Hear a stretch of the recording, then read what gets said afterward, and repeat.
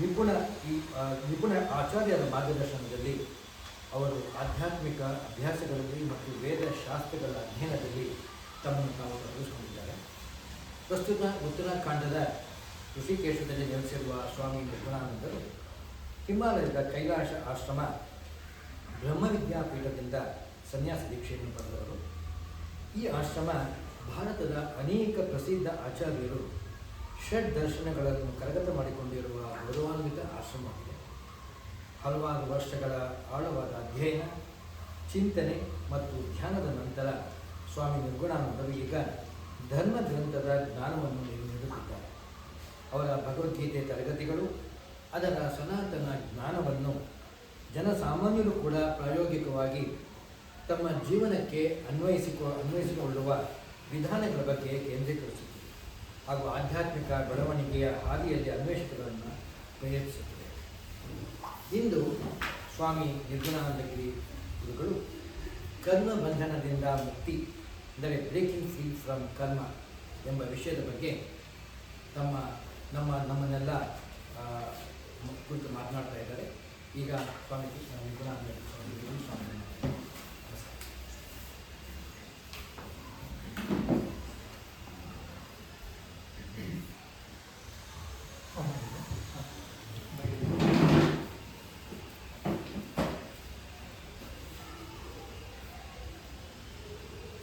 ಒಂದೆರಡು ಪ್ರಾರ್ಥನೆಯಿಂದ ಶುರು ಮಾಡ್ತೀನಿ. ಯಾಕೆ ಗೊತ್ತು, ನೀವು ನನ್ನ ಜೊತೆ ಒಟ್ಟಿಗೆ ಹೇಳ್ಬೋದು.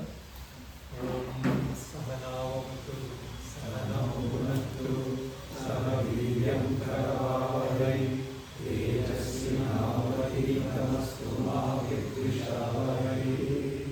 ಓಂ ಶಾಂತಿ ಶಾಂತಿ ಶಾಂತಿ. ಶಂಕರಂ ಶಂಕರಾಚಾರ್ಯಂ ಕೇಶವಂ ಬಾದರಾಯಣಂ ಸೂತ್ರಭಾಷ್ಯಕೃತೌ ವಂದೇ ಭಗವಂತಂ ಪುನಃ ಪುನಃ. ಈಶ್ವರೋ ಗುರುರಾತ್ಮೇತಿ ಮೂರ್ತಿಭೇದ ವಿಭಾಗಿನಿ ವ್ಯೋಮವದ್ವ್ಯಾಪ್ತದೇಹಾಯ ದಕ್ಷಿಣಾಮೂರ್ತಯೇ ನಮಃ. ಓಂ ನಮೋ ನಾರಾಯಣಾಯ. ಎಲ್ಲರೂ ಇವತ್ತು ಬಂದಿದ್ದು ಎಲ್ಲರಿಗೂ ನಿಮ್ಮಲ್ಲಿ ಇರೋ ಆತ್ಮಸ್ವರೂಪವಾದ ಅಷ್ಟೇ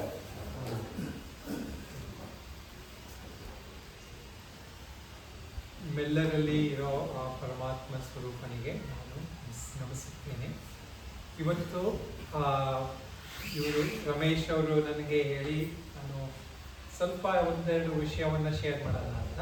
ಬಟ್ ಇದು ಭಾಳ ಇನ್ಫಾರ್ಮಲ್ ಆಗಿ ನಾನು ಹೇಳ್ತೀನಿ. ಯಾರಿಗಾದರೂ ಏನಾದ್ರು ಹೇಳಿದ್ರೆ ಆಮೇಲೆ ಬೇಕಾದ್ರೆ ಮಾತಾಡ್ಬೋದು, ನಾವು ಡಿಸ್ಕಷನ್ ಥರನೂ ಮಾಡ್ಬೋದು. ಚಿಕ್ಕ ಗ್ರೂಪ್ ಇದ್ದಕ್ಕೆ ಸ್ವಲ್ಪ ನಮಗೂ ಸ್ವಲ್ಪ ಈಸಿ ಶೇರ್ ಮಾಡೋದಕ್ಕೆ. ಮತ್ತು ನಾನು ಒಂದೊಂದ್ಸತಿ ಮಾತಾಡ್ಬೇಕಾದ್ರೆ ನಮ್ಮ ಒಂದೊಂದು ಶಬ್ದಕ್ಕೆ ಸಂಸ್ಕೃತ ಅಥವಾ ಇಂಗ್ಲೀಷಲ್ಲಿ ಹೇಳ್ತೀನಿ. ಯಾಕಂದರೆ ನಾನು ಇಷ್ಟೊಂದು ವರ್ಷದಲ್ಲಿ ಕರ್ನಾಟಕದ ಬಿಟ್ಟು ಸುಮಾರು ವರ್ಷ ಆಗಿದೆ. ಸೊ ಒಂದೊಂದ್ಸತಿ ಕಷ್ಟ ಆಗುತ್ತೆ. ನಾರ್ಮಲ್ ಲ್ಯಾಂಗ್ವೇಜು ಈಗ ಅಲ್ಲಿ ಆಟೋನ ಹತ್ರ ಮಾತಾಡೋದು ಈಸಿ. ಇದು ಧರ್ಮದ ವಿಷಯ ಮಾತಾಡ್ಬೇಕಾದ್ರೆ ಒಂದೊಂದ್ಸತಿ ಸರಿಯಾದ ಶಬ್ದ ಬರಲ್ಲ. ಮತ್ತು ನಾವು ಮುಖ್ಯವಾಗಿ ನಾರ್ತಲ್ಲಿ ಅಧ್ಯಯನ ಮಾಡಿದ್ದು, ಅಲ್ಲಿ ಜಾಸ್ತಿ ಹಿಂದಿಯಲ್ಲಿ ನಮಗೆ. ಸೊ ಇದು ಟಾಪಿಕ್ಕು, ಈ ಹೆಸರು ಇದೆಯಲ್ಲ ಟೈಟಲ್ಡು ಬ್ರೇಕಿಂಗ್ ಫ್ರೀ ಫ್ರಮ್ ಕರ್ಮ ಅಂತ. ಇದು ನಾನು ಒಂದು ಪುಸ್ತಕ ಬರೆದಿದ್ದೆ ಒಂದು ಸುಮಾರು ವರ್ಷದ ಹಿಂದೆ. ಇದು ಇವಾಗಲೂ ಆನ್ಲೈನಲ್ಲಿ ಇದೆ. ಅದು ಇದರಲ್ಲಿ ಒಂಥರ ಪ್ರಿಂಟ್ ಆನ್ ಡಿಮ್ಯಾಂಡಲ್ಲಿ ಹಾಕಿದ್ದಾರೆ ಆನ್ಲೈನಲ್ಲಿ. ಬಟ್ ಮುಖ್ಯ ಏನಂದರೆ ಇದು ಭಾಳ ಫಿಲಾಸಫಿಕಲಿ ಇದು one of the highly debated discussion. ಇದು ಈ ಟಾಪಿಕ್ ಇದೆಯಲ್ವಾ, ಕರ್ಮ ಬಂಧನದಿಂದ ಹೇಗೆ ಮುಕ್ತರಾಗೋದು ಅಂತ. ಇದಕ್ಕೆ ವೆಸ್ಟರ್ನ್ ಸೈನ್ಸಲ್ಲೂ ಭಾಳ ಡಿಸ್ಕಷನ್ ಇದೆ. ಏನು ಡಿಸ್ಕಷನ್ ಅಂದರೆ ತಮ್ಮ ಇದು ಸ್ವತಂತ್ರ ಇಚ್ಛೆ ಅಂತ ಹೇಳ್ತೀವಿ ಅಲ್ಲ, ಸ್ವೇಚ್ಛೆ ಅಂದರೆ ಇದು ಫ್ರೀ ವಿಲ್. ಫ್ರೀ ವಿಲ್ಲು ಇಂಪಾರ್ಟೆಂಟಾ ಅಥವಾ ಫ್ರೀ ವಿಲ್ಲು ಇದು ನಮ್ಮ ಜೀವನದಲ್ಲಿ ಜಾಸ್ತಿ ಉಪಯೋಗ ಆಗುತ್ತಾ, ಅಥವಾ ತಮ್ಮ ಭಾಗ್ಯ ಫೇಟ್ ಅಥವಾ ಡೆಸ್ಟಿನಿ ಅಂತ ಹೇಳ್ತೀವಲ್ಲ, ಭಾಗ್ಯ ಎಲ್ಲವನ್ನು ಡಿಸೈಡ್ ಮಾಡುತ್ತಾ ಅಂತ. ಯಾವುದು ಜೀವನದಲ್ಲಿ ಡಿಸಿಸಿವ್ ಫ್ಯಾಕ್ಟರ್, ಫೇಟಾ ಅಥವಾ ಫ್ರೀ ವಿಲ್ಲ ಅಂತ. ಅದು ಎಷ್ಟೊಂದು ಜನ ಬೇರೆ ಬೇರೆ ಥರದಲ್ಲಿ ಇದ್ರ ಬಗ್ಗೆ ಡಿಸ್ಕಷನ್ ಮಾಡಿದ್ದಾರೆ. ನಾನು ಸ್ವಲ್ಪ ನಮ್ಮ ಶಾಸ್ತ್ರದ್ದು ಇದ್ರ ಪ್ರಕಾರ ಹೇಳ್ತೀನಿ, ಬಟ್ ಆದರೂ ಓವರಾಲ್ ಎಲ್ಲರೂ ಹೇಗೆ ಮಾಡಿದ್ದಾರೆ ಅಂತ ನಾನು ಸ್ವಲ್ಪ ರಿಸರ್ಚ್ ಮಾಡಿದ್ದೆ, ಯಾಕಂದರೆ ನನಗೂ ಇದು ಇಂಟ್ರೆಸ್ಟ್ ಇತ್ತು.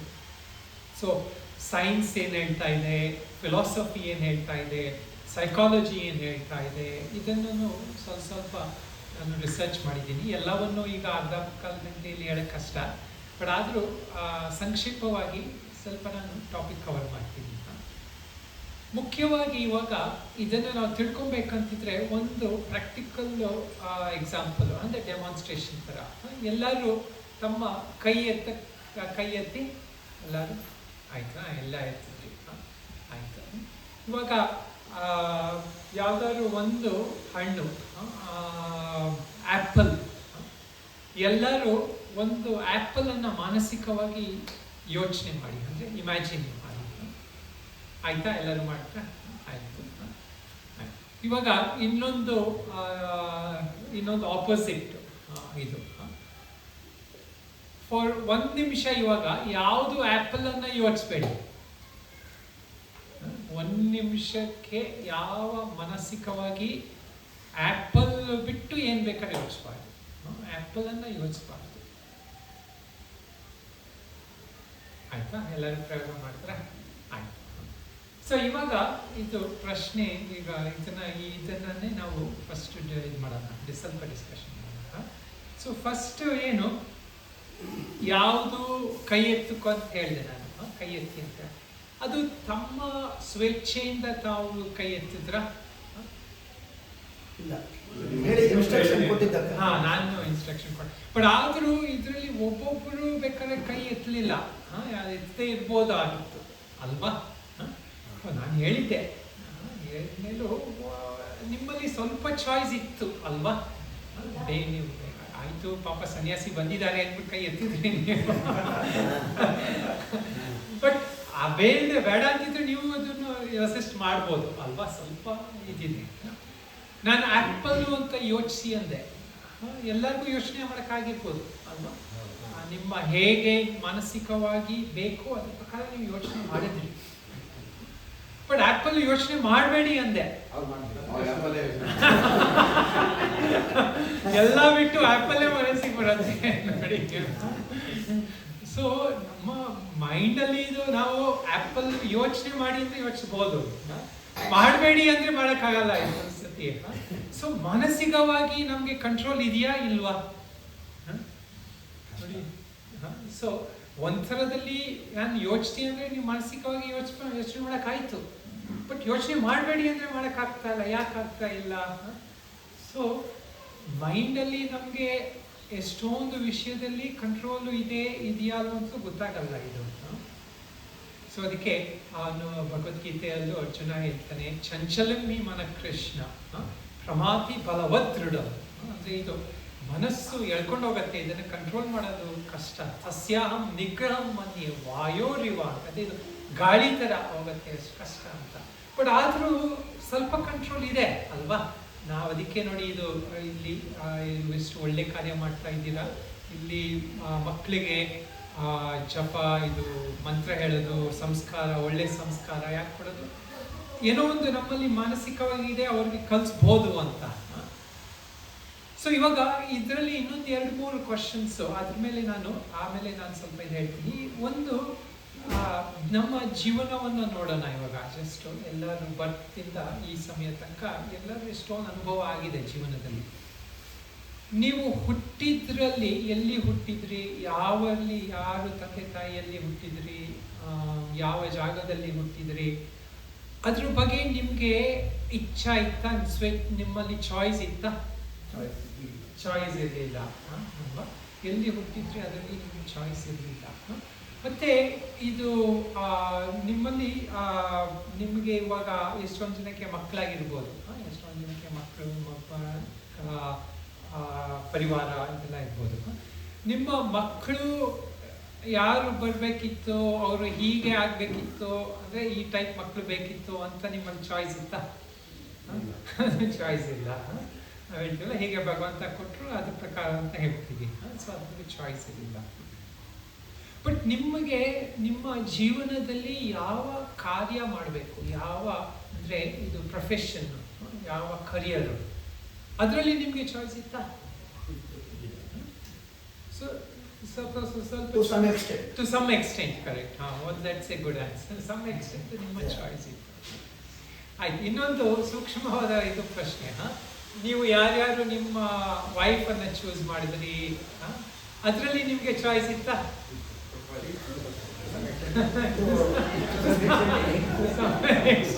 Additional extent. ಸೊ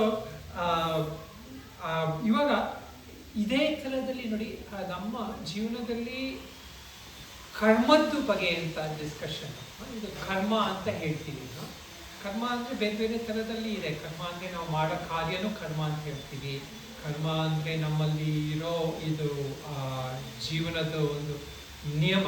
ಕರ್ಮ ಇದು ಅಂದರೆ ಕಾಸ್ ಆ್ಯಂಡ್ ಎಫೆಕ್ಟ್ ಅಂತ ಹೇಳ್ತೀವಿ. ನಾನು ಇದು ಮಾಡಿದೆ, ಇದು ಫಲ, ಇದು ಒಂಥರ ಕರ್ಮ ಸಿದ್ಧಾಂತ ಅಂತ ಹೇಳ್ತೀವಿ.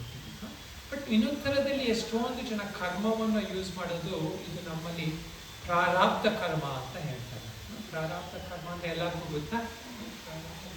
ಅಂದರೆ ನಮ್ಮಲ್ಲಿ ಈ ಜೀವನದಲ್ಲಿ ಬಂದಾಗ ನಾವು ಒಂದಷ್ಟು ಕರ್ಮವನ್ನು ತಂದಿರ್ತೀವಿ ಅಂತ ಹೇಳ್ತೀವಿ.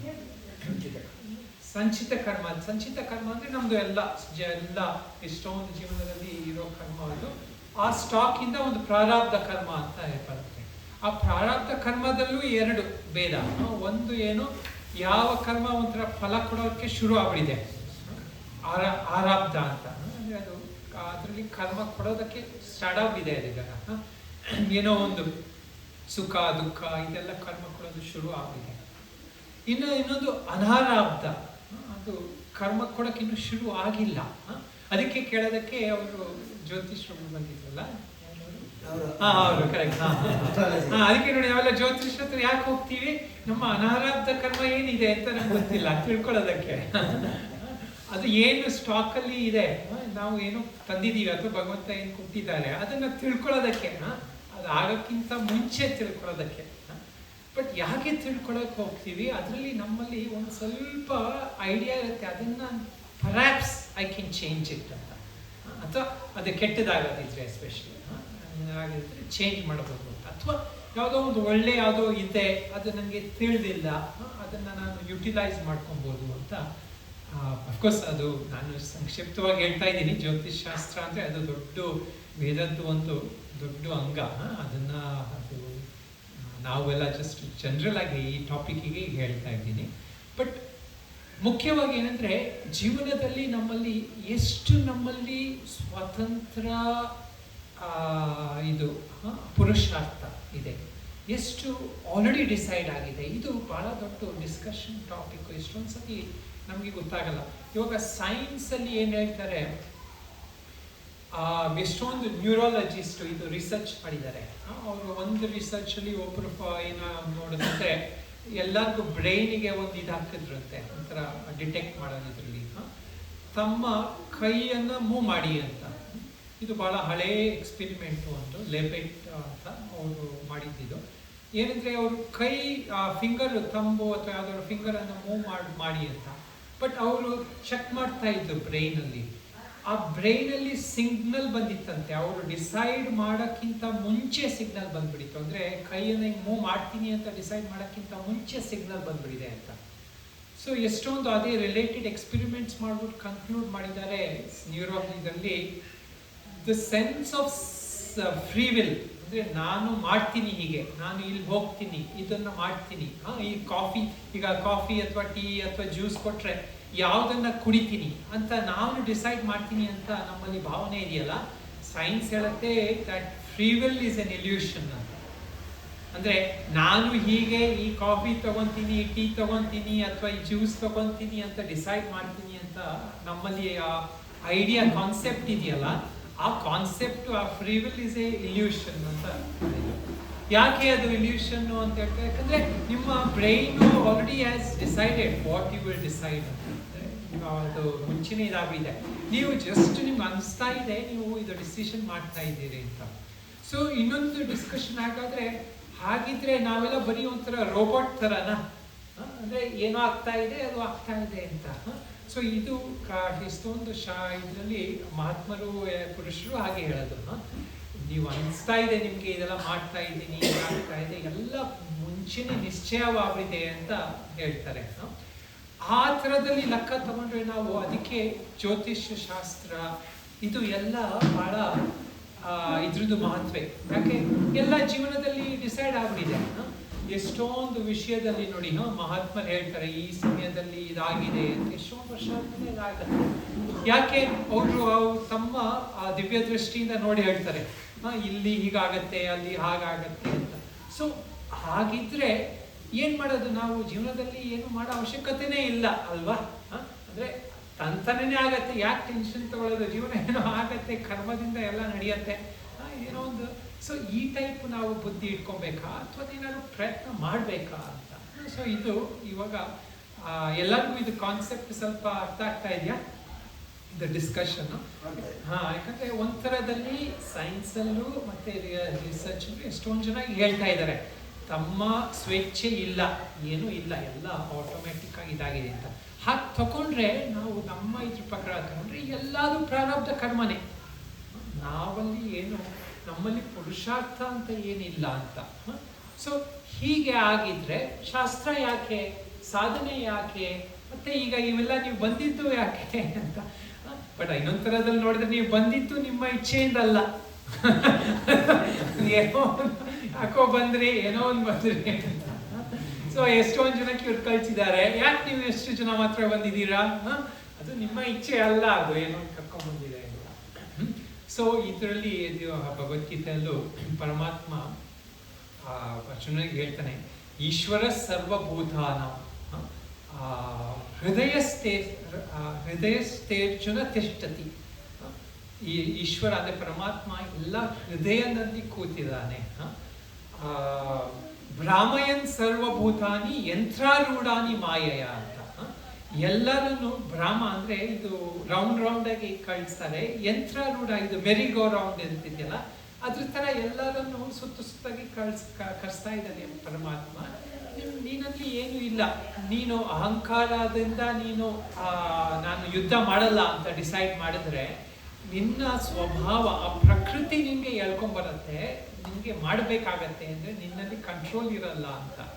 ಸೊ ಇದು ಆ ಅರ್ಜುನನಿಗೆ ಅಲ್ಲಿ ಹೇಳಿರೋ ಉಪದೇಶ. ಅಂದ್ರೆ ಯಾಕಂದ್ರೆ ಅರ್ಜುನ ನಾನು ಯುದ್ಧ ಮಾಡಲ್ಲ ಅಂತ ಹೇಳ್ತಾನಲ್ವಾ, ಅದಕ್ಕೆ ಅವ್ರು ಹೇಳ್ತಾನೆ ನಿನ್ನ ಶಕ್ತಿಯಲ್ಲಿ ಇಲ್ಲ ಅದು. ಆ ಯುದ್ಧ ಮಾಡೋದು ನಿನ್ಗೆ ಪ್ರಕೃತಿ ಹೇಳ್ಕೊಂಡ್ ಮಾಡ್ಸತ್ತೆ, ಅಥವಾ ತನ್ನ ಸ್ವಭಾವದಿಂದ ನೀನು ಮಾಡ್ತೀಯಾ ಅಂತ. ಸೊ ಇದು ಒಂಥರದಲ್ಲಿ ನೋಡಿದ್ರೆ ಹೀಗನು ನಾವು ತಗೊಬೋದು. ನಾವು ಎಷ್ಟೊಂದು ಜೀವನದಲ್ಲಿ ಹೀಗೆ ಬರಬೇಕು, ಹೀಗೆ ಮಾಡಬೇಕು ಅಂತ ಇದು ನಮ್ಮ ಕಂಟ್ರೋಲಲ್ಲಿ ಇಲ್ಲ ಅಂತ.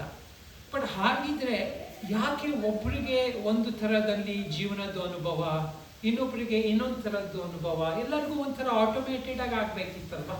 ಈಗ ಎಲ್ಲರೂ ಒಂಥರ ರೊಬೋಟಿಕ್ ಲೈಫ್ ಅಂತಿದ್ರೆ ಎಲ್ಲರದು ಒಂದೇ ಥರದಲ್ಲಿ ಆಗ್ಬೇಕಿತ್ತು. ಯಾಕೆ ಒಬ್ಬರಿಗೆ ಒಂಥರದ ಅನುಭವ, ಯಾಕೆ ಒಬ್ಬ ಇಲ್ಲಿ ಯಾರೋ ಒಬ್ಬ ಪ್ರಿನ್ಸ್ ಅಲ್ಲಿ ಆಗಿ ಹುಟ್ಟುತ್ತಾನೆ, ಇನ್ನೊಬ್ಬ ಯಾರೋ ಒಬ್ಬ ಎಲ್ಲಿ ತಂದೆ ತಾಯಿ ಇರಲ್ಲ ಅಲ್ಲಿ ಆ ಟೈಪಲ್ಲಿ ಹುಟ್ಟುತ್ತಾನೆ. ಯಾಕೆ ಇದೆಲ್ಲ ಈ ಟೈಪ್ ಜೀವನದಲ್ಲಿ ಸುಖ ದುಃಖ ಇದೆಲ್ಲ ಭೇದಗಳು ಯಾಕೆ ಅಂತ ಇದು ಇನ್ನೊಂದು ಡಿಸ್ಕಷನ್.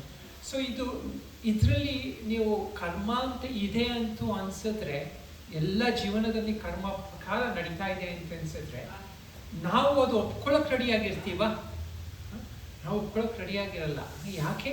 ನಮ್ಮಲ್ಲಿ ಇದು ಕರ್ತ ಭಾವನೆ ಇದೆ. ನಾನು ಇದು ಮಾಡ್ತಾ ಇದ್ದೀನಿ, ನನ್ನಿಂದ ಇದಾಗ್ತಾ ಇದೆ, ಆ ಭಾವನೆ ಎಲ್ಲರಲ್ಲೂ ಇದ್ದೇ ಇರುತ್ತೆ. ಇವಾಗ ಜೀವನದಲ್ಲಿ ಎಲ್ಲ ಇದಾಗ್ತಾ ಇದೆ, ಹೇಗೋ ಒಂದು ಆಗ್ತಾ ಇದೆ ಅಂತ ನಾವು ರೆಡಿಯಾಗಿ ಅಕ್ಸೆಪ್ಟ್ ಮಾಡೋಕ್ಕೆ ಅದು ರೆಡಿಯಾಗಿರಲ್ಲ. ಯಾಕಂದ್ರೆ ನಮ್ಮಲ್ಲಿ ಆ ಭಾವನೆ ಇರುತ್ತೆ, ಇದೆ ನನ್ನಿಂದ ಇದಾಗತ್ತೆ, ನಾನಿದು ಮಾಡ್ಬೋದು, ಇಲ್ಲಿ ನಾನು ಚೇಂಜ್ ಮಾಡ್ಬೋದು ಅಂತ. ಸೊ ಎಲ್ಲಿ ತನಕ ನಮ್ಮಲ್ಲಿ ಆ ಭಾವನೆ ಇದೆ, ಆ ಭಾವನೆಗೆ ನಾವು ಸಾಧನೆ, ಶಾಸ್ತ್ರ, ಜ್ಞಾನ ಇದೆಲ್ಲದು ಇದು ಅದರಿಂದ ಕೊಡಲೇಬೇಕಾಗತ್ತೆ. ಇದು ಶಾಸ್ತ್ರದ್ದು, ದಿಸ್ ಇಸ್ ದ ಮೆಥಡಾಲಜಿ, ಶಾಸ್ತ್ರದ್ದು ಇದ್ರ ಪ್ರಕಾರ. ಸೊ ಇದನ್ನು ತಗೊಂಡ್ರೆ ನಾವು ಈಗ ಮೂರು ಥರದಲ್ಲಿ ನಾನು ಇದು ಹೇಳ್ತೀನಿ. ಇದು ಪ್ರಶ್ನೆ ಬಂದು ಮಹಾಭಾರತದಲ್ಲಿ ಇದು ವಾನಪರ್ವ ಅಂತ, ಅಂದರೆ ಇದು ವನವಾಸಕ್ಕೆ ಹೋಗಿದ್ರಲ್ವಾ ಪಾಂಡವರು. ವನವಾಸಕ್ಕೆ ಯಾಕೆ ಹೋದ್ರು? ಅಲ್ಲಿ ಅವನು ಯುಧಿಷ್ಠಿರ ಇದು ಯಾವುದು ಡೈಸ್ ಜೂಜಾಟದಲ್ಲಿ ಅವನು ಸೋತೋಗ್ಬಿಟ್ಟು ಏನಾಯ್ತು, ಅವನು ವನವಾಸಕ್ಕೆ ಹೋಗ್ಬೇಕಾಯ್ತು. ಬಟ್ ಅವನು ಮಾತ್ರ ವನವಾಸಕ್ಕೆ ಹೋದ್ನ, ಅವನ ಜೊತೆ ಅವನ ತಮ್ಮಂದ್ರು ಮತ್ತೆ ದ್ರೌಪದಿ ಕೂಡ ಅವನ ಜೊತೆ ವನವಾಸಕ್ಕೆ ಹೋಗ್ಬೇಕಾಯ್ತು. ಅಲ್ಲಿ ವನವಾಸಕ್ಕೆ ಹೋದಾಗ ಏನಾಯ್ತು, ಆವಾಗ ಎಷ್ಟೊಂದು ಕಷ್ಟ, ಎಷ್ಟೊಂದು ಅವರೆಲ್ಲ ಎಲ್ಲ ಅರಮನೆಯಲ್ಲಿ ಎಲ್ಲ ಇದ್ದವರು ಎಷ್ಟೊಂದು ಕಾಡಲ್ಲಿ ಎಲ್ಲ ಇದ್ಬಿಟ್ಟು ಎಲ್ಲ ಕಷ್ಟವನ್ನು ಇದು ಮಾಡಬೇಕಾಯ್ತು. ಆ ಸಮಯದಲ್ಲಿ ದ್ರೌಪದಿ ಕೇಳ್ತಾರೆ ಇವನು ಯುಧಿಷ್ಠಿರನಿಗೆ, ನೀನು ಧರ್ಮವನ್ನು ಅಷ್ಟು ಪಾಲನೆ ಮಾಡೋನು, ಅಂದರೆ ಎಷ್ಟೊಂದು ಧರ್ಮವನ್ನು ಫಾಲೋ ಮಾಡಿ, ಧರ್ಮರಾಜ ಅಂತ ಹೇಳ್ತೀವಿ ನಾವು, ಯಾಕಂದರೆ ಎಷ್ಟೊಂದು ಧರ್ಮವನ್ನು ಅವನು ಧರ್ಮದಲ್ಲಿ ನಿಷ್ಠ ಅಷ್ಟಾಗಿದ್ದಾನೆ ಅಂತ. ಸೊ ಅಷ್ಟು ಧರ್ಮವನ್ನು ಪಾಲನೆ ಮಾಡೋಂಗೆ ಯಾಕೆ ಇಷ್ಟೊಂದು ಕಷ್ಟ ಯಾಕೆ ಅನುಭವಿಸ್ಬೇಕು ಆಗ್ತಾ ಇದೆ ಅಂತ. ಮತ್ತೆ ನೀನು ಜೂಜಾಟ ಆಡೋದಲ್ಲಿ ಯಾಕೆ ನೀನು ಆ ಪಾಯಿಂಟಲ್ಲಿ ನೀನು ಆಡಲ್ಲ ಅಂತ ನೀನು ಹೇಳ್ಬೋದಿತ್ತು, ಯಾಕೆ ನಿನ್ನ ಆ ಪುರುಷಾರ್ಥವನ್ನು ಯೂಸ್ ಮಾಡಲಿಲ್ಲ ಅಂತ. ಸೊ ಅವಾಗ ಅವನು ಕೂಡ ಆರ್ಗ್ಯುಮೆಂಟ್ ಏನಂದ್ರೆ, ಇದು ಎಲ್ಲ ಒಂಥರ ಜೀವನದ್ದು ನಿಯತಿ ನಡೀತಾ ಇದೆ. ಆ ನಿಯತಿ ಪ್ರಕಾರ ನನಗೆ ಜೂಜಾಟ ಆಡಬೇಕಾಯಿತು. ಆ ಜೂಜಾಟದಲ್ಲಿ ನಾನು ಸೋತೆ, ಮತ್ತೆ ಅದಕ್ಕೆ ಆಯಿತು, ನೀನು ಸೋತೆ ಪರವಾಗಿಲ್ಲ, ಬಟ್ ನಾನು ಯಾಕೆ ಅನುಭವಿಸ್ಬೇಕಾಯ್ತು ನಿನ್ನ ಜೊತೆ ಇದು ಅಂತ ಕೇಳ್ತಾಳೆ ಅವಳು. ಇದು ನೀವು ನಿಮ್ಮ ಇದು ಮಾಡಿದ್ರು ನಾನು ಯಾಕೆ ಅನುಭವಿಸ್ಬೇಕಾಗಿತ್ತು ಅಂತ. ಸೊ ಅವಾಗ ಅವನು ಹೇಳ್ತಾನೆ, ಇದು ನಿಮ್ಮಲ್ಲೂ ಇದು ಪ್ರಾರಂಭ ಇತ್ತು ಅಂತ, ಅಂದರೆ ನೀವು ಇದನ್ನು ತಗೊಂಡ್ಬಂದಿದ್ರೆ ಅದಕ್ಕೆ ನಿಮಗೆ ನನ್ನ ಜೊತೆನೇ ಇದು ಸಿಗಬೇಕಾಗಿತ್ತು, ಈ ಅನುಭವಿಸ್ಬೇಕಾಗಿತ್ತು ಅಂತ. ಸೊ ಇದು ಎಲ್ಲರಿಗೂ ನಮ್ಮ ಥರದಲ್ಲಿ ಅನ್ಸುತ್ತೆ ಒಂದೊಂದ್ಸತಿ, ಯಾಕೆ ನನಗೆ ಈ ಗಂಡ ಹೆಂಡತಿ ಆಯಿತು, ಈ ಮಗು ಆಯಿತು, ಈ ತಂದೆ ತಾಯಿ ಆಗಿದೆ. ಸೊ ಇದು ಆ್ಯಕ್ಚುಲಿ ಅವ್ರು ಮಾಡಿದ್ದಂತಲ್ಲ, ಅವರಿಂದ ನಮ್ಗೆ ಹಿಂಗೆ ಆಗ್ತಾ ಇದೆ ಅಂತಲ್ಲ, ಇದು ನಮ್ಮಲ್ಲಿ ನಾವು ತಂದಿದ್ದೀವಿ ಅಂತ. ಇದು ಯುಧಿಷ್ಠಿರನ ಆರ್ಗ್ಯುಮೆಂಟ್. ಇದು ಅಂದರೆ ಇದು ನಿಮ್ಮಲ್ಲಿ ಬಂದಿದ್ದು ಪ್ರಾರಬ್ಧ, ಇದು ನೀವು ಅನುಭವಿಸ್ತಾ ಇದೆಯಾ, ನಾವು ಬಂದಿದ್ದು ಈಗ ಇಷ್ಟೊಂದು 13 ವರ್ಷ ಇಲ್ಲಿ ವನವಾಸ ಇದ್ಬಿಟ್ಟು ಇದೆಲ್ಲ ಅನುಭವಿಸ್ಬೇಕಾಗತ್ತೆ, ಆಮೇಲೂ ಗೊತ್ತಿಲ್ಲ ಏನಾಗತ್ತೆ ಅಂತ ಆರ್ಗ್ಯುಮೆಂಟ್ ಕೊಡ್ತಾರೆ. ಆ ಸಮಯದಲ್ಲಿ ದ್ರೌಪದಿ ಪುರುಷಾರ್ಥದ ಬಗ್ಗೆ ಆರ್ಗ್ಯುಮೆಂಟ್ ಕೊಡ್ತಾರೆ. ಇದು ಯಾರಿಗಾದ್ರೂ ಇಂಟ್ರೆಸ್ಟ್ ಇದೆ ನೀವೆಲ್ಲ ಓದ್ಬೋದು, ಇದು ಒಳ್ಳೆ ಡಿಸ್ಕಷನ್ ಇದೆ ಅಲ್ಲಿ. ದ್ರೌಪದಿ ಏನಾಗ್ತಾಳೆ, ಹಾಗಿದ್ರೆ ನಾವು ಪುರುಷಾರ್ಥ ಯಾಕೆ ಮಾಡೋದು ಜೀವನದಲ್ಲಿ ಅಂತ. ಪುರುಷಾರ್ಥ ಮಾಡಿ ಏನು ಯೂಸು, ಎಲ್ಲ ಇದು ಹೀಗಾಗಿದ್ರೆ ನನ್ನ ಇದು ದುಃಖ ಸುಖ ಇದೆಲ್ಲ ಇದು ಟೈಪ್ ಅನುಭವ, ಪುರುಷಾರ್ಥದಿಂದ ಏನು ಪ್ರಯೋಜನ ಅಂತ. ಸೊ ಆ ಸಮಯದಲ್ಲಿ ಇದು ನಮ್ಮ ಶಾಸ್ತ್ರದ್ದು ಇದು ಪ್ರಕಾರ ಹೇಗೆ ಹೇಳ್ತಾರೆ ಅಂದರೆ, ಈಗ ನಿಮಗೆ ಆಗ್ತಾ ಇರೋ ಎಕ್ಸ್ಪೀರಿಯನ್ಸಸ್ ಜೀವನದಲ್ಲಿ ಇವಾಗ ಸುಖ ದುಃಖ ಯಾವುದಾದ್ರೂ ನೀವು ಅನುಭವಿಸ್ತಾ ಇದೆಯಲ್ವಾ, ಇದು ಆರಾಪ್ತ ಕರ್ಮ ಅಂತ, ನೀವು ತಂದಿರೋ ಕರ್ಮ. ಇದು ಹೇಗೆ ಬಂತು, ನೀವು ಪಾಸ್ಟಲ್ಲಿ ಮಾಡಿದ್ದು ಇವಾಗ ಪ್ರೆಸೆಂಟಿಗೆ ನಿಮಗೆ ಅನುಭವ ಆಗ್ತಾ ಇದೆ. ಸೊ ಇವಾಗ ಏನು ಇದ್ರದ್ದು ನಾವು ಇಕ್ವೇಶನ್ ತಗೊಂಡ್ರೆ ಏನಾಗತ್ತೆ, ಇವಾಗ ನೀವು ಮಾಡೋ ಕರ್ಮ ನಿಮಗೆ ಫ್ಯೂಚರಲ್ಲಿ ಸಿಗ್ತದೆ. ಸೊ ಇದು ಇಕ್ವೇಶನ್ ಏನಂದ್ರೆ, ಇವಾಗಿಂದ ಏನಾಗ್ತಾ ಇದೆ ಅದರಲ್ಲಿ ಕರೆಕ್ಟ್ ನಿಮಗೆ ಕಂಟ್ರೋಲ್ ಇಲ್ಲ. ಯಾಕೆ, ನೀವು ಪಾಸ್ಟಲ್ಲಿ ನೀವು ಆ್ಯಕ್ಷನ್ ಮಾಡಿದ್ದೀರಾ, ಪಾಸ್ಟಲ್ಲಿ ಏನು ಮಾಡಿದ್ದೀರಾ ಅದು ಇವಾಗ ಬಂದಿದೆ. ಬಟ್ ಇವಾಗ ನೀವೇನು ಮಾಡ್ತೀರಾ ಅದು ನಿಮ್ಮ ಫ್ಯೂಚರ್ಗೆ ನಿಮಗೆ ಕಂಟ್ರೋಲ್ ಆಗುತ್ತೆ. ಸೊ ಇದಕ್ಕೆ ನಾವು 2 ಥರದಲ್ಲಿ ಹೇಳ್ತೀವಿ. ಏನಂದರೆ, ಒಂದು ಬಂದು ಈಶ್ವರ ವಿಧಾನ ಅಥವಾ ಇದು ಪ್ರಕೃತಿದು ನಿಯಮ. ಪ್ರಕೃತಿಯಲ್ಲಿ ಇವಾಗ ಬೆಂಗಳೂರಲ್ಲಿ ಈ ವರ್ಷ ಎಷ್ಟೊಂದು ಜನ ಎಲ್ಲ ಬಂದಾಗ ಹೇಳ್ತಾ ಇದ್ರು, ಇಲ್ಲಿ ಜಾಸ್ತಿ ಚಳಿ ಇದೆ ಈ ವರ್ಷ ಅಂತ. ಇದು ಪ್ರಕೃತಿದು. ನಾವು ಇಲ್ಲಿ ನಾನು ಋಷಿಕೇಶಿಂದ ಇಲ್ಲಿ ಬಂದೆ, ಇಲ್ಲಿ ಸೆಕೆ ಇರುತ್ತೆ ಅಂತ, ಇಲ್ಲಿ ಬಂದು ಚಳಿ. ಅದು ಇದು ಕಂಟ್ರೋಲಲ್ಲಿ ಇಲ್ಲ ನನಗೆ. ಎಲ್ಲಿ ಹೇಗೆ ಕ್ಲೈಮೇಟು ಅದನ್ನು ಅನುಭವಿಸ್ಬೇಕಾಗತ್ತೆ. ಪ್ರಕೃತಿ ಮತ್ತು ವಿಕೃತಿ, ಇರುತ್ತೆ. ಪ್ರಕೃತಿ ಒಂಥರದಲ್ಲಿ ಅದರ ವಿಕೃತಿ, ಅದು ಈ ಟೈಪು ಈಗ ಆಗ್ತಾ ಇದೆ, ಅದು ನಮ್ಮ ಕಂಟ್ರೋಲ್ ಇಲ್ಲ. ನಮ್ಮ ಶರೀರದಲ್ಲೂ ಹಾಗೆ ಎಷ್ಟೊಂದು ಸತಿ ಒಬ್ಬೊಬ್ಬರಿಗೆ ಯಾವ್ದಾದ್ರು ಜೆನೆಟಿಕಲ್ ಡಿಸಾರ್ಡರು ತಂದೆ ತಾಯಿಯಿಂದ DNA ಇಂದ ಬಂದಿರುತ್ತೆ, ಅಥವಾ ಹಾಗಿಲ್ದಿದ್ರು ಅವರಲ್ಲೇ ಏನೋ ಒಂದು ಸಿಸ್ಟಮಲ್ಲಿ ಏನೋ ಒಂದು ಡಿಫೆಕ್ಟ್ ಇರುತ್ತೆ. ಯಾರಿಗಾದ್ರು ಏನಾದ್ರು ಒಂದು ಕ್ರಾನಿಕ್ ಪ್ರಾಬ್ಲಮ್ಮು, ರೋಗ ಯಾವ್ದಾದ್ರು ಒಂದು ಹಾಗೇನಾದ್ರು ಇರ್ಬೋದು. ಅದು ಇದ್ದಾಗ ಏನಾಗುತ್ತೆ, ತಮ್ಮ ಪ್ರಕೃತಿ ಅಂದರೆ ದೇಹ ಶರೀರದಲ್ಲಿ ಏನಾದ್ರು ಒಂದು ಪ್ರಾಬ್ಲಮ್ ಆಗ್ತಾ ಇರ್ಬೋದು. ಸೊ ಈ ಟೈಪಲ್ಲಿ ಪ್ರಕೃತಿಯಲ್ಲಿ ನಮಗೆ ಕಂಟ್ರೋಲ್ ಇರಲ್ಲ. ಜೀವನದಲ್ಲಿ ಪ್ರಕೃತಿಯಲ್ಲಿ ಮೇಲೆ ಕೆಳಗೆ ಆಗೋದು ಹೀಗಾಗೋದು ಅದು ನಮಗೆ ಕಂಟ್ರೋಲ್ ಇಲ್ಲ. ಸೊ ಇದರಲ್ಲಿ ನಾವು ಏನು ಮಾಡಬೇಕು, ಒಂಥರ ಎಕ್ಸೆಪ್ಟೆನ್ಸೇ ಇದು. ಪ್ರಕೃತಿ ಇವಾಗ ಎಲ್ಲೋ ಒಂದು ಕಡೆ ಯಾವುದು ಹಿಮಾಲಯದಲ್ಲಿ ಎಷ್ಟೊಂದು ಸಮಯದಲ್ಲಿ ಇದೆಲ್ಲ ಗಂಗಾ ಎಲ್ಲ ಮೇಲ್ ಬಂದ್ಬಿಟ್ಟು ಎಷ್ಟೊಂದು ಜನ ಮನೆ ಇದೆಲ್ಲ ಲಾಸ್ ಆಗುತ್ತೆ. ಸೊ ಏನು ಮಾಡೋದು, ನಾವು ಆವಾಗ ಚೇಂಜ್ ಮಾಡೋಕ್ಕಾಗಲ್ಲ. ಪ್ರಕೃತಿಯನ್ನು ನಾವು ಎಕ್ಸೆಪ್ಟೇ ಮಾಡಬೇಕಾಗುತ್ತೆ. ಮತ್ತೆ ಇನ್ನೊಂದೇನು, ಎಷ್ಟೊಂದು ಸತಿ ನೀವು ಪ್ರಯತ್ನ ಹಾಕಿರ್ತೀರ, ಎಷ್ಟೊಂದು ವಿಷಯದಲ್ಲಿ ಪ್ರಯತ್ನ ಹಾಕಿರ್ತಾರೆ. ಈಗ ನಾವು ಗೌರ್ಮೆಂಟು ಇದೆಲ್ಲ ಎಷ್ಟೊಂದು ಪ್ರಯತ್ನ ಮಾಡ್ಬೋದು. ಎಷ್ಟೊಂದು ಈಗ ಸಮಾಜದಲ್ಲಿ ಎಷ್ಟೊಂದು ಡೆವಲಪ್ಮೆಂಟ್ ಮಾಡಿರೋದು. ಇವಾಗ ಮುಂಚೆ ಇಲ್ಲೆಲ್ಲ ಎಷ್ಟೊಂದು ಬೆಂಗಳೂರು ಚಿಕ್ಕ ಜಾಗ ಇತ್ತು, ಈಗ ಎಲ್ಲೆಲ್ಲ ಕಡೆ ಎಲ್ಲ ಡೆವಲಪ್ಮೆಂಟ್ ಆಗಿದೆ. ಸೊ ಇದೆಲ್ಲ ಕಲೆಕ್ಟಿವ್ ಆಗಿ ನಾವು ಮಾಡ್ಬೋದು, ಎಷ್ಟೊಂದು ಪ್ರಯತ್ನ ಮಾಡ್ಬೋದು. ಆ ಪ್ರಕೃತಿಯಲ್ಲೂ ಒಂಥರ ನಿಯಮ ತಳೋದಕ್ಕೆ ಕಲೆಕ್ಟಿವ್ ಆಗಿ ನಾವೊಂದು ಪ್ರಯತ್ನ ಮಾಡ್ಬೋದು. ಬಟ್ ಇನ್ನೊಂದು ಪಾಯಿಂಟ್ ಏನಂದರೆ, ಎಷ್ಟೊಂದು ಸತಿ ನಾವು ತಮ್ಮ ಪ್ರಯತ್ನ ಮಾಡ್ತೀವಲ್ಲ, ಅದರಲ್ಲೂ ಲಿಮಿಟೇಷನ್ಸ್ ಇರುತ್ತೆ. ಈಗ ಯಾವ್ದಾದ್ರು ಒಂದು ಕಾಂಪಿಟೇಟಿವ್ ಎಕ್ಸಾಮ್ ತಗೊಳ್ಳಿ, ಯಾವ್ದಾದ್ರು ಒಂದು IAS ಅಥವಾ ಯಾವ್ದಾದ್ರು ಒಂದು IIT ಎಕ್ಸಾಮ್, ಎಷ್ಟೊಂದು ಜನ ಬರೀತಾರೆ, ಲಕ್ಷಗಟ್ಟಲೆ ಏನೋ ಬರೀತಾರೆ. ಅದರಲ್ಲಿ ಒಂದು ಸ್ವಲ್ಪ ಜನ ಮಾತ್ರ ಸೆಲೆಕ್ಟ್ ಆಗ್ತಾರೆ. ಎಷ್ಟೊಂದು ಜನ ಎಷ್ಟೊಂದು ಪ್ರಯತ್ನ ಹಾಕಿರ್ತಾರೆ ಅಲ್ವಾ. ಒಬ್ಬ ಬೇಕಾದ್ರೆ ಇನ್ನೂ ಸೆಲೆಕ್ಟ್ ಆಗಿದ್ದರೋಕ್ಕಿಂತ ಇನ್ನೊಬ್ಬ ಯಾರೋ ಜಾಸ್ತಿ ಪ್ರಯತ್ನ ಹಾಕಿರ್ಬೋದು. ಬಟ್ ಆ ಪಾಯಿಂಟಲ್ಲಿ ಎಕ್ಸಾಮಲ್ಲಿ ಯಾವುದೋ ಒಂದು ಕ್ವಶನ್ ಬಂತು, ಆ ಕ್ವಶನ್ಗೆ ಅವ್ನು ಪ್ರಿಪೇರ್ ಆಗಿಲ್ಲ ಅಥವಾ ಸರಿ ಪ್ರಿಪೇರ್ ಆಗಿಲ್ಲ. ಯಾರೋ ಒಬ್ಬ ಇನ್ನೊಂದು ಕ್ವಶನ್ಗೆ ಒಂದೇ 2-3 ಕ್ವಶನ್ ಓದಿದ್ದಾನೆ, ಅದೇ ಬಂತು. ಅದು ಹೇಗೆ, ಅದು ನಾವು ಸಂಯೋಗ ಅಂತ ಹೇಳ್ತೀವಿ ಅಲ್ವಾ. ಅಕಸ್ಮಾತಿಕ ಆಗುವಾಗ ಅದು ಏನು ಚಾನ್ಸ್, ಆಕ್ಸಿಡೆಂಟ್, ಲಕ್, ಇದ್ರ ಪ್ರಕಾರನೂ ಸಿಕ್ತು ಜನರಿಗೆ. ಸೊ ತಮ್ಮ ಪ್ರಯತ್ನದಿಂದ ಪ್ರಾಪ್ತವಾಗಿದ್ದು ಎಲ್ಲಾದರೂ ಎಷ್ಟು ಮಾಡ್ತೀವಿ, ಅದಕ್ಕಿಂತ ಲಕ್ಕಲ್ಲಿ ಎಷ್ಟೊಂದು ಡಿಸೈಡ್ ಆಗಿದೆ. ಇದು ಹೇಗೆ, ಯಾಕೆ ನನಗೆ ಇದು ಅನ್ಫೇರ್ ಆಗಿದೆ. ಎಷ್ಟೊಂದು ಜನ ಹೇಳ್ತಾರಲ್ಲ, ಸೊಸೈಟಿಯಲ್ಲಿ ಯಾಕೆ ಭಗವಂತ ಅಧರ್ಮ ಮಾಡ್ತಾ ಇದ್ದಾನೆ ನನಗೆ ಈಗ ಹೀಗೆ ಕಷ್ಟ ಕೊಟ್ಟು, ಯಾರೋ ಎಷ್ಟೊಂದು ಕೆಟ್ಟವನಿಗೆ ಅಷ್ಟೊಂದು ಒಳ್ಳೆಯದು ಎಲ್ಲ ಆಗ್ತಾ ಇದೆ. ಇದು ಎಲ್ಲ ಸಹಜವಾಗಿ ಬರೋ ಪ್ರಶ್ನೆಗಳು. ಸೊ ಇದೆಲ್ಲದು ಎಷ್ಟೊಂದು ಜೀವನದಲ್ಲಿ ಪ್ರಶ್ನೆ ಎಲ್ಲ ವಿಚಾರ ಎಲ್ಲ ಶಾಸ್ತ್ರದಲ್ಲಿ ಮಾಡಿದ್ದಾರೆ ಜೀವನದಲ್ಲಿ.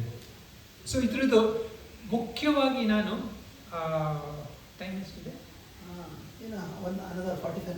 ಇದೆಯಾ, ಬೇಕಾದ್ರೆ ಡಿಸ್ಕಷನ್ ಮಾಡೋದಿಲ್ಲ. ನಾನು ಒಂದು 2-3 ಪಾಯಿಂಟ್ ಹೇಳ್ತೀನಿ, ಆಮೇಲೆ ಬೇಕಾದ್ರೆ ಯಾರಿಗಾದ್ರು ಏನಾದ್ರು ಕೇಳ್ತಿದ್ರು ಕೇಳ್ಬೋದು.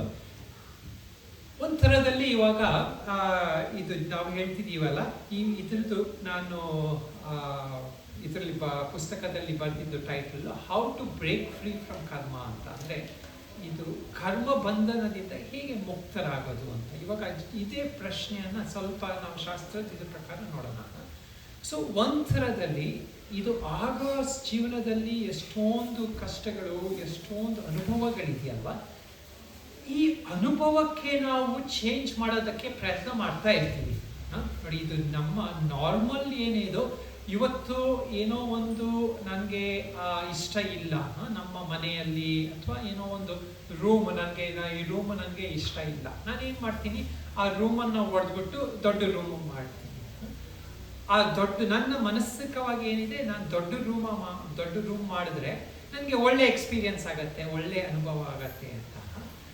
ಇದರಲ್ಲಿ ಏನು ಅಂದರೆ, ನಿಜವಾದ ನಮ್ಮ ಪ್ರಯತ್ನ ಮಾಡೋದ್ರಲ್ಲಿ ನಮಗೆ ಅಧಿಕಾರ ಇದೆ, ಕರ್ಮಣ್ಯೇವಾಧಿಕಾರಸ್ಯ. ಬಟ್ ಅದರಿಂದ ನನಗೆ ಸುಖ ಬರುತ್ತೆ ಅಂತ ನಿಶ್ಚಯವಿಲ್ಲ. ಯಾಕೆ? ನಮ್ಮ ಪ್ರಾರಬ್ಧ ಕರ್ಮ. ಸೊ ಎಷ್ಟೊಂದು ಸತಿ ನಾವು ಪ್ರಯತ್ನ ಮಾಡ್ಬೋದು, ಬಟ್ ಆ ಪ್ರಯತ್ನದಿಂದ ನಮಗೆ ಸುಖನೇ ಸಿಕ್ಕತ್ತೆ, ಕಷ್ಟ ಬರಲ್ಲ ಅಂತ ಅನ್ಕೊಂತೀವಲ್ಲ. ಈ ಭ್ರಮೆಯಿಂದ ನಾವು ಆಚೆ ಬರಬೇಕು. ಯಾಕೆ? ಸುಖ ದುಃಖದ ಅನುಭವ ಇದೆಯಲ್ಲ, ಇದು ಪ್ರಾರಬ್ಧದಲ್ಲಿ ಇದು ನಿಶ್ಚಯವಾಗಿದೆ, ನಿಮ್ಮ ಎಕ್ಸ್ಪೀರಿಯನ್ಸ್ ನಿಶ್ಚಯವಾಗಿಲ್ಲ. ಸೊ ಇದಕ್ಕೆ ನಾವು ಪ್ರಯತ್ನ ಮಾಡಬೇಕು. ಇವಾಗ ಇಲ್ಲಿ ಯಾವ್ದಾದ್ರು ಒಂದು ಜಾಗದಲ್ಲಿ ನಾವು ಉದ್ಯೋಗ ಅಂದರೆ ಪ್ರೋಗ್ರೆಸ್ ಮಾಡೋದಕ್ಕೆ ನಾವು ಪ್ರಯತ್ನ ಮಾಡಬೇಕು. ಇದು there is nothing wrong with that. But ಅದು ಅದರಿಂದ ನಮಗೆ ಸುಖನೇ ಸಿಕ್ಕತ್ತೆ ಅಂತ ಮಾನಸಿಕವಾಗಿ ಇಟ್ಕೊಂತೀವಲ್ಲ, ಅದು ಭ್ರಮೆ ಒಂಥರ. ಯಾಕೆ ಭ್ರಮೆ ಅಂದರೆ ಇದು ನಮ್ಮ ಜೀವನದಲ್ಲಿ ಇದ್ರ ಪ್ರಕಾರ ಸುಖ ದುಃಖ ಮುಂಚೆನೇ ನಿಶ್ಚಯ ಆಗಿದೆ. ಈ ಜೀವನದಲ್ಲಿ ನಮ್ಮ ಒಂಥರ ಬ್ಯಾಂಕ್ ಅಕೌಂಟ್ ಎಲ್ಲಿದೆ ಅದು, ಎಷ್ಟು ನೀವು ತಂದಿದ್ದೀರಾ ಅಷ್ಟನ್ನೇ ನೀವು ಯೂಸ್ ಮಾಡ್ಬೋದು. ಸೊ ಅದಕ್ಕೆ ಎಷ್ಟೊಂದು ಸತಿ ನಾವು ಹೇಳ್ತೀವಿ, ನಾವು ಎಷ್ಟೊಂದು ಭೋಗ ಮಾಡಬೇಕು ಅಂತ ಮಾನಸಿಕವಾಗಿ ಅನ್ಕೊಂತೀವಲ್ಲ, ನಮ್ಗೆ ಯಾವಾಗಲೂ ಭೋಗ ಇಚ್ಛೆ ಇರುತ್ತೆ ಜೀವನದಲ್ಲಿ. ಇಲ್ಲಿ ಈಗ ಯಾರಾದರೂ ಹೋಟ್ಲಿಗೆ ಹೋದರೆ ಯಾವುದು ಬೆಸ್ಟ್ ಫುಡ್ಡು, ಯಾವುದು ನನಗೆ ಬಹಳ ಆನಂದ ಆಗುತ್ತೆ ಆ ಫುಡ್ಡನ್ನೇ ಆರ್ಡರ್ ಮಾಡ್ತೀವಿ ನಾವು. ಯಾಕೆ? ನಮಗೆ ಡಯಟಿಷಿಯನ್ ಏನೋ ಹೇಳಿರ್ತಾರೆ, ಡಾಕ್ಟ್ರು ಇದನ್ನ ತಿನ್ನಿ ಅಂತ. ಬಟ್ ಆದ್ರೂ ನಮ್ಮ ಮಾನಸಿಕವಾಗಿ ಏನೋ ನಾನೊಂದು ಜಾಮೂನ್ ತಿನ್ಬೇಕು, ನಾನು ಈಗ ಬೆಂಗಳೂರು ಬಂದ್ರಾಗೂ ನನಗೊಂದು 10 ದಿನ ಇಲ್ಲಿ ಭ್ರಮೆ ಇರುತ್ತೆ, ಇಡ್ಲಿ ತಿನ್ನೋಣ ಅಂತ. ಯಾಕಂದ್ರೆ ಅಲ್ಲಿ ನಮ್ಮ ನಾರ್ತಲ್ಲೆಲ್ಲ ಸಿಕ್ಕಲ್ಲ ಜಾಸ್ತಿ. ಬಟ್ ಅದೇನು ಭೋಗ ವಾಸನೆ ಇದು ನಮ್ಮ ಸ್ವಭಾವದಿಂದ ಬಂದಿರೋದು. ಈ ಸ್ವಭಾವ ಏನು, ಇದು ನಮ್ಮ ಮಾನಸಿಕವಾಗಿರೋ ಸ್ವಭಾವ. ಇದು ಬಾಹ್ಯ ವಿಷಯ ಅಲ್ಲ, ಇದು ನಮ್ಮ ಮಾನಸಿಕವಾಗಿರೋದು. ಇದಕ್ಕೆ ವಾಸನೆ ಅಂತ ನಾವು ಹೇಳ್ತೀವಿ, ಸಂಸ್ಕಾರ ವಾಸನೆ ಅಂತ. ಮುಖ್ಯವಾಗಿ ನಾವು ಜೀವನದಲ್ಲಿ ಬಂದಾಗ ಸುಖ ದುಃಖ ಅನುಭವಿಸ್ಬೇಕು ಅಂತಲ್ಲ, ನಮ್ಮ ವಾಸನೆಯನ್ನು ಚೇಂಜ್ ಮಾಡೋದು. ಇದು ನಮ್ಮ ಸಾಧನೆಗೆ ಕೊಟ್ಟಿರೋದು ಎಷ್ಟೊಂದು ಸಾಧನೆಗಳು. ಇದರಲ್ಲಿ ಭಗವದ್ಗೀತೆಯಲ್ಲಿ ಇದು ಕರ್ಮಯೋಗ, ಭಕ್ತಿ ಯೋಗ, ಧ್ಯಾನ ಯೋಗ ಇದೆಲ್ಲ ಕೊಟ್ಟಿದ್ದಾರೆ. ಮತ್ತೆ ಇದು ಯೋಗ ಸೂತ್ರದ್ದು ಇದರಲ್ಲಿ ಆಸನ, ಪ್ರಾಣಾಯಾಮ, ಪ್ರತ್ಯಾಹಾರ ಇದೆಲ್ಲ ಇದೆಯಲ್ಲ, ಇದ್ರ ಪ್ರಕಾರ ಇದರಿಂದ ಏನಾಗತ್ತೆ, ತಮ್ಮ ಸ್ವಭಾವ ಅದ್ರದ್ದು ಕ್ಷಯ ಆಗುತ್ತೆ. ಕರ್ಮಯೋಗ ಮಾಡಿ ಅಂತ ಭಗವಂತ ಹೇಳ್ತಾನೆ. ಅಂದ್ರೆ ನಿಮ್ಮ ಕರ್ಮವನ್ನು ಮಾಡಿ ಫಲವನ್ನು ಅಪೇಕ್ಷೆ ಮಾಡಬೇಡಿ. ಯಾಕೆ? ಅದರಿಂದ ತಮ್ಮ ಇರೋ ವಾಸನೆಯನ್ನ ಕ್ಷಯ ಆಗತ್ತೆ, ವಾಸನೆಯಲ್ಲಿ ಶೋಧನೆ ಆಗತ್ತೆ. ನೀವು ಈಗ ಇದೆಲ್ಲ ಇದು ಮಾಡ್ತಾ ಇರೋದು ಇದು ಒಳ್ಳೆ ಕರ್ಮ ಇದು. ಬಟ್ ಇದು ವರ್ಲ್ಡ್ ಫೇಮಸ್ ಆಗತ್ತೆ, ಇದು ಆಗತ್ತೆ ಅಂತ ನಾವು ಎಕ್ಸ್ಪೆಕ್ಟ್ ಮಾಡೋಕ್ಕಾಗಲ್ಲ. ತಮ್ಮ ಕರ್ಮ ಈ ಜನರಿಗೆ ಇಟ್ಕೊಡೋದು, ಮಕ್ಕಳಿಗೆ ಇಟ್ಕೊಡೋದು ತಮ್ಮ ಕರ್ಮ. ಅದರಿಂದ ನಮ್ಮ ಸ್ವಭಾವದಲ್ಲೂ ಶೋಧನೆ, ಒಳ್ಳೆ ಭಾವನೆ ಬರ್ತಾ ಇದೆ, ಒಳ್ಳೇದಾಗಲಿ ಅಂತ ಇಟ್ಕೊಂಡು ಇಚ್ಛೆ ಮಾಡ್ಬೋದು ನಾವು. ಮಕ್ಳಿಗೆ ಒಳ್ಳೇದಾಗತ್ತೆ, ಒಬ್ಬನಿಗೂ ಇವತ್ತು ಹಾಗೆ ನಮಗೂ ಎಲ್ಲ ಯಾವೆಲ್ಲ ಪ್ರವಚನ ಮಾಡಿ ಇಬ್ರಿಗಾದ್ರೂ ಏನೋ ಒಳ್ಳೇದಾಯ್ತು ಅಂತ ಇದ್ರೆ ಆಯ್ತು ಮಾಡೋಣ ಅಂತ. ಯಾಕೆ? ಮುಖ್ಯವಾಗಿ ಏನು, ಅದರಿಂದ ತಮ್ಮ ಕರ್ಮದ್ದು ನಮ್ಮ ಕರ್ಮ ಮಾಡಬೇಕು. ಜೀವನದಲ್ಲಿ ಎಲ್ಲಿ ತನಕ ಕರ್ತ ಭಾವನೆ ಇದೆ, ಎಲ್ಲಿ ತನಕ ಡೂವರ್ಶಿಪ್ ಇದೆ, ನಮ್ಮಲ್ಲಿ ಅನಿಸ್ತಾ ಇದೆ ಇದು ಫ್ರೀ ವಿಲ್ ಇದೆ, ಆ ಫ್ರೀ ವಿಲ್ ಅನ್ನ ಒಳ್ಳೆ ಇದಕ್ಕೆ ಉಪಯೋಗಿಸೋದು. ಇದು ಶಾಸ್ತ್ರದಲ್ಲಿ ಸಾಧನೆಗಳು, ಎಷ್ಟೊಂದು ಸಾಧನೆಗಳಿದೆ. ಈಗ ಈ ಸಾಧನೆಯಲ್ಲಿ ಏನಾಗ್ತಾ ಇದೆ, ನಮ್ಮ ಪ್ರಯತ್ನ, ಇದು ನಮ್ಮ ಎಫರ್ಟ್ ಅಲ್ಲಿ ಏನ್ ಹೇಳ್ತಾ ಇದ್ದೀನಿ, ಎಷ್ಟೊಂದು ನಿಯತಿಯಾಗಿ ನಡೀತಾ ಇದೆ, ವಿಧಿಯಾಗಿ ನಡೀತಾ ಇದೆ ಅಂತ ಭಾವನೆನೂ ಇಟ್ಕೊಬೋದು, ಏನು ಪ್ರಾಬ್ಲಮ್ ಇಲ್ಲ. ಬಟ್ ಏನಾಗತ್ತೆ, ಎಷ್ಟೊಂದು ಸತಿ ಹಾಗೆ ಅಂದ್ಕೊಂಡಾಗ ನಮ್ಮಲ್ಲಿ ಇದು ಒಂಥರ ರೆಸಿಗ್ನೇಷನ್ ಬಂದ್ಬಿಡುತ್ತೆ ಜೀವನದಲ್ಲಿ. ಇದಾಗಿ ಹೀಗೆ ಆಗತ್ತೆ, ನಾನೇನು ಮಾಡಿದ್ರು ಏನು ಯೂಸು. ಈಗ ಎಷ್ಟೊಂದು ಸತಿ ನಾವು ಮಕ್ಕಳು ಸ್ವಲ್ಪ ಸಮಯ ನಾವು ಹೇಳ್ತೀವಿ ಅವ್ರಿಗೆ ಇದು ಮಾಡಿ ಅದು ಮಾಡಿ ಅಂತಲ್ಲ. ಬಟ್ ಸ್ವಲ್ಪ ಸಮಯ ಆದ್ಮೇಲೆ ಅವರು ತಮ್ಮ ಸ್ವಭಾವದಲ್ಲಿ ತಮ್ಮ ಇದಕ್ಕೆ ಹೋಗ್ತಾ ಇದ್ದಾಗ ನಾವು ಆಯ್ತು ಏನು ಬಿಟ್ಬಿಡೋಣ ಅಂತ ಅನ್ಸುತ್ತೆ. ಬಟ್ ಆದ್ರೂ ನಾವು ಹೇಳೋದು ನಮ್ಮ ಕರ್ತವ್ಯ, ಎಷ್ಟು ನಾವು ಹೇಳಬೇಕು ಅದು ನಮ್ಮ ಕರ್ತವ್ಯ. ಸೊ ಇದೇ ಥರದಲ್ಲಿ ಇದು ಪ್ರಯತ್ನ ಹಾಕ್ಬೇಕು ನಾವು. ನಮ್ಮ ಪ್ರಯತ್ನ ಹಾಕೋದ್ರಲ್ಲಿ ಏನಾದ್ರು ಎರಡು ಇದು ಪ್ರಯತ್ನದಲ್ಲಿ ಒಂದು ಪ್ರಯತ್ನ ಏನಂದ್ರೆ, ಇದು ತಮ್ಮ ಸ್ವಭಾವ, ತಮ್ಮ ಇದೆಯಲ್ಲ ವಾಸನೆ ಸಂಸ್ಕಾರ, ಇದನ್ನ ಪರಿವರ್ತನೆ ಮಾಡೋದು, ತಮ್ಮ ಟೆಂಡೆನ್ಸೀಸು ಇದನ್ನು ಚೇಂಜ್ ಮಾಡೋದಕ್ಕೆ ನಾವೆಲ್ಲರೂ ಪ್ರಯತ್ನ ಮಾಡ್ಬೋದು. ಇವಾಗ ಎಷ್ಟೊಂದು ಜನ ಇದು ಅಡಿಕ್ಷನ್ನು ಇದೆಲ್ಲ ನೋಡಿ ಕಾಮನ್ ಎಷ್ಟೊಂದು ಕಡೆ ಇಲ್ಲ. ಇದು ದೊಡ್ಡ ಪ್ರಾಬ್ಲಮ್ ಆಗಿದೆ. ಎಲ್ಲರಿಗೂ ಒಂಥರ ಏನಾದ್ರು ಒಂದು ಅಡಿಕ್ಷನ್ ಇದ್ದೇ ಇರುತ್ತೆ. ಏನಿದ್ರು ಇವಾಗ ಇದೇ ಅಡಿಕ್ಷನ್. ಫೋನೇ ಎಲ್ಲಾದ್ರೂ ಎಷ್ಟೊಂದು ಜನ ನೋಡೋದು, ಒಂದಾದ್ಮೇಲೆ ಒಂದು ನೋಡೋದು, ಇದು ಎಲ್ಲ ಒಂಥರ ಮಾನಸಿಕವಾಗಿ ನಮ್ಮನ್ನ ಹಿಡ್ಕೊಂಡ್ಬಿಟ್ಟಿದೆ. ಸೊ ಇದರಲ್ಲಿ ಹೇಗೆ ನಾವು ಇದರಿಂದ ಮುಕ್ತರಾಗೋದು, ಈ ಟೈಪ್ ಹೋಗ್ತಾ ಇದ್ರೆ ಏನಾಗುತ್ತೆ, ಇನ್ನೂ ಕಂಟ್ರೋಲ್ ಕಮ್ಮಿ ಆಗ್ತಾ ಆಗ್ತಾ ಹೋಗುತ್ತೆ. ನಾವು ಒಂಥರ ಜೀವನಕ್ಕೆ ಆ ಲೈಫಿಗೆ ರಿಸೈನ್ಡ್ ಆಗ್ಬಿಡ್ತೀವಿ. ಇದು ಹೇಳ್ತೀವಲ್ಲ, ಭಗವಂತ ಅಲ್ಲಿ ಎಷ್ಟೊಂದು ಸತಿ ಶರಣಾಗತೆ ಹೇಳ್ತಾರೆ ಅಂತ. ಶಾಸ್ತ್ರವನ್ನು ಎಷ್ಟೊಂದು ಜನ ತಮ್ಮ ಉಪಯೋಗಕ್ಕೆ ಹೇಳ್ತಾರೆ. ತಮೇವ ಶರಣಂ ಗಚ್ಚ ಸರ್ವಭಾವೇನ ಭಾರತ, ನನಗೆ ಶರಣಾಗತೆ ಆಗೋ, ಎಲ್ಲವನ್ನು ನಾನು ನೋಡ್ಕೊಂತೀನಿ ಅಂತ ಭಗವಂತ ಹೇಳ್ತಾನೆ. ಸರ್ವಧರ್ಮ ಪರಿತ್ಯಜ್ಯ ಮಾಮೇಕಂ ಶರಣಂ ವಚ, ಈ ಎಲ್ಲ ಧರ್ಮವನ್ನು ಬಿಟ್ಬಿಡು, ನನಗೆ ಶರಣಾಗತೆ ಆಗು. ಸೊ ಅದನ್ನ ನಾವು ತಪ್ಪಾಗೂ ತಿಳ್ಕೊಬಹುದು. ಆಯ್ತು, ಎಲ್ಲ ಭಗವಂತ ನೋಡ್ಕೊಂತಾನೆ, ನಾನೇನು ಮಾಡಬಾರ್ದು ಅಂತ. ಹಾಗ ತಿಳ್ಕೊಳ್ಳೋದು ನಾವು ಸರಿಯಲ್ಲ. ಯಾಕೆ, ಎಲ್ಲಿ ನಾವು ಏನು ಮಾಡಬೇಕು, ನಾವು ಹೇಳ್ತೀವಲ್ಲ, ಶರಣಾಗತೆಯಲ್ಲೂ 2 ಥರ ಶರಣಾಗತೆ. ನಿಷ್ಕ್ರಿಯ ಶರಣಾಗತೆ, ಸಕ್ರಿಯ ಶರಣಾಗತೆ. ನಿಷ್ಕ್ರಿಯ ಶರಣಾಗತೆ ಅಂದ್ರೆ ಆಯ್ತು, ಎಲ್ಲ ಭಗವಂತ ನೋಡ್ಕೊಂತಾನೆ, ನಾನೇನು ಮಾಡಬಾರ್ದು, ಆರಾಮಾಗಿ ಕೂತ್ಕೊಂತೀನಿ ಅಂತ. ಇದು ಏನು, ತಮ್ಮ ಆಲಸ್ಯ, ತಮ್ಮ ತಾಮಸಿಕವಾಗಿ ಎಲ್ಲ ಆಯ್ತು, ಭಗವಂತ ನೋಡ್ಕೊಂತಾನೆ ಅಂತ. ಬಟ್ ಇನ್ನೊಂದು ಎಕ್ಸ್ಟ್ರೀಮ್ ಏನು, ನಾನೇ ಎಲ್ಲ ಮಾಡ್ತೀನಿ, ಭಗವಂತನೇ ಇಲ್ಲ, ನಾಸ್ತಿಕರು ಹೇಳ್ತಾರಲ್ಲ. ಭಗವಂತನ ಇದು ಶರಣಾಗತೆ ಮಾಡೋ ಅವಶ್ಯಕತೆ ಇಲ್ಲ, ಪೂಜೆ ಮಾಡೋ ಅವಶ್ಯಕತೆ ಇಲ್ಲ, ಏನು ಮಾಡೋ ಅವಶ್ಯಕತೆ ಇಲ್ಲ. ಯಾಕೆ, ಎಲ್ಲಿ ಭಗವಂತ ಇದ್ದಾನೆ, ಎಲ್ಲಿ ನೋಡಿದೀವಿ ನಾವು ಭಗವಂತನನ್ನ? ಈ ಜೀವನ ಏನೋ ನಡೀತಾ ಇದೆ ಆಟೋಮ್ಯಾಟಿಕ್ ಆಗಿ. ಇವಾಗ ಸೈನ್ಸು ಎಲ್ಲ ಎಷ್ಟೊಂದೆಲ್ಲ ಹೇಳ್ತಾ ಇದೆ ನಮಗೆ, ಗ್ರಾವಿಟೇಷನ್ ಲಾ ಇದೆ, ಇದಿದೆ, ಯಾಕೆ ಭಗವಂತ ಬೇಕು ಇದರಲ್ಲಿ ಅಂತ. ಸೊ ಈ ಟೈಪು ಎಲ್ಲಿ ಸರಿಯಾಗಿ ಶಾಸ್ತ್ರ ಓದಿಲ್ಲ, ಬರೀ ಒಂಥರ ಭಗವಂತನನ್ನ ಒಂಥರ ದೇವಸ್ಥಾನದಲ್ಲಿ ಇಡ್ತೀವಿ, ಅಥವಾ ಭಗವಂತ ಒಂಥರ ನಮ್ಗೆ ಎಲ್ಲಿ ಬೇಕೋ ಅಲ್ಲಿ ಮಾತ್ರ ಭಗವಂತ ಅಂತ ತಗೊಂತೀವಿ. ಆ ಟೈಪ್ ಭಗವಂತನನ್ನ ನಾವು ಅಷ್ಟು ನಂಬ್ಕೊಳ್ದಿದ್ರು ಪರವಾಗಿಲ್ಲ. ಯಾಕೆ, ಅಲ್ಲಿ ಒಂಥರ ಮೂಢ ಶ್ರದ್ಧೆ. ಅದು ನಿಜವಾದ ಶ್ರದ್ಧೆ ಎಲ್ಲಿ ಬರಬೇಕು, ತಾವು ನಮ್ಮ ನಮ್ಮ ಅಂತರಂಗದಲ್ಲಿ ಪರಿವರ್ತನೆ ತರೋದು. ಅಂದರೆ ನಮ್ಮ ಥಿಂಕಿಂಗು, ನಮ್ಮ ಹ್ಯಾಬಿಟ್ಸು, ಇದಕ್ಕೆ ನಾವು ಸಾಧನೆ ಬೇಕು. ಅಲ್ಲಿ ನಾವು ಭಗವಂತನನ್ನ ತರ್ಬೋದು. ಆ ಸಾಧನೆಗೆ ಜಪ ಸಾಧನೆ, ಅದಕ್ಕೆ ಅಲ್ಲಿ ಹೇಳ್ತಾರೆ ಚೇಂಜ್, ನಮ್ಮ ಜೀವನದಲ್ಲಿ ಚೇಂಜ್ ಹೇಗೆ ಬರುತ್ತೆ, ಅಲ್ಲಿ ಅಷ್ಟಾಂಗ ಇದು ಕ್ರಿಯಾಯೋಗ ಅಂತ ಪತಂಜಲಿ ಮಹರ್ಷಿ ಹೇಳ್ತಾರೆ. ಕ್ರಿಯಾಯೋಗ ಅಂದ್ರೆ ಏನು, ತಪಸ್ವಾಧ್ಯಾಯ ಈಶ್ವರ ಪ್ರಣಿಧಾನ ಅಂತ. ತಪಃ ಅಂದ್ರೆ ಜೀವನದಲ್ಲಿ ಕಷ್ಟ ಮಾಡಬೇಕು ನಾವು, ಅಂದ್ರೆ ಕಷ್ಟ ಅಂದ್ರೆ ಸಾಧನೆ, ಮಾನಸಿಕವಾಗಿ. ಅಲ್ಲಿ ನೋಡಿ, ಹಿಮಾಲಯದಲ್ಲಿ ಎಷ್ಟೊಂದು ಜನ ಚಳಿಯಲ್ಲಿ ಎಲ್ಲ ಇದ್ದು ಸಾಧನೆ ಮಾಡ್ತಾರೆ, ಕಷ್ಟದಲ್ಲಿ. ಒಬ್ಬೊಬ್ಬರು ಎಷ್ಟೊಂದು ಜನ ಮಾನಸಿಕವಾಗಿ ಅನ್ಸುತ್ತೆ, ಯಾಕೆ ಅಲ್ಲೆಲ್ಲ ಹೋಗ್ಬಿಟ್ಟು ಕಷ್ಟ ಮಾಡಬೇಕು ಅಂತ.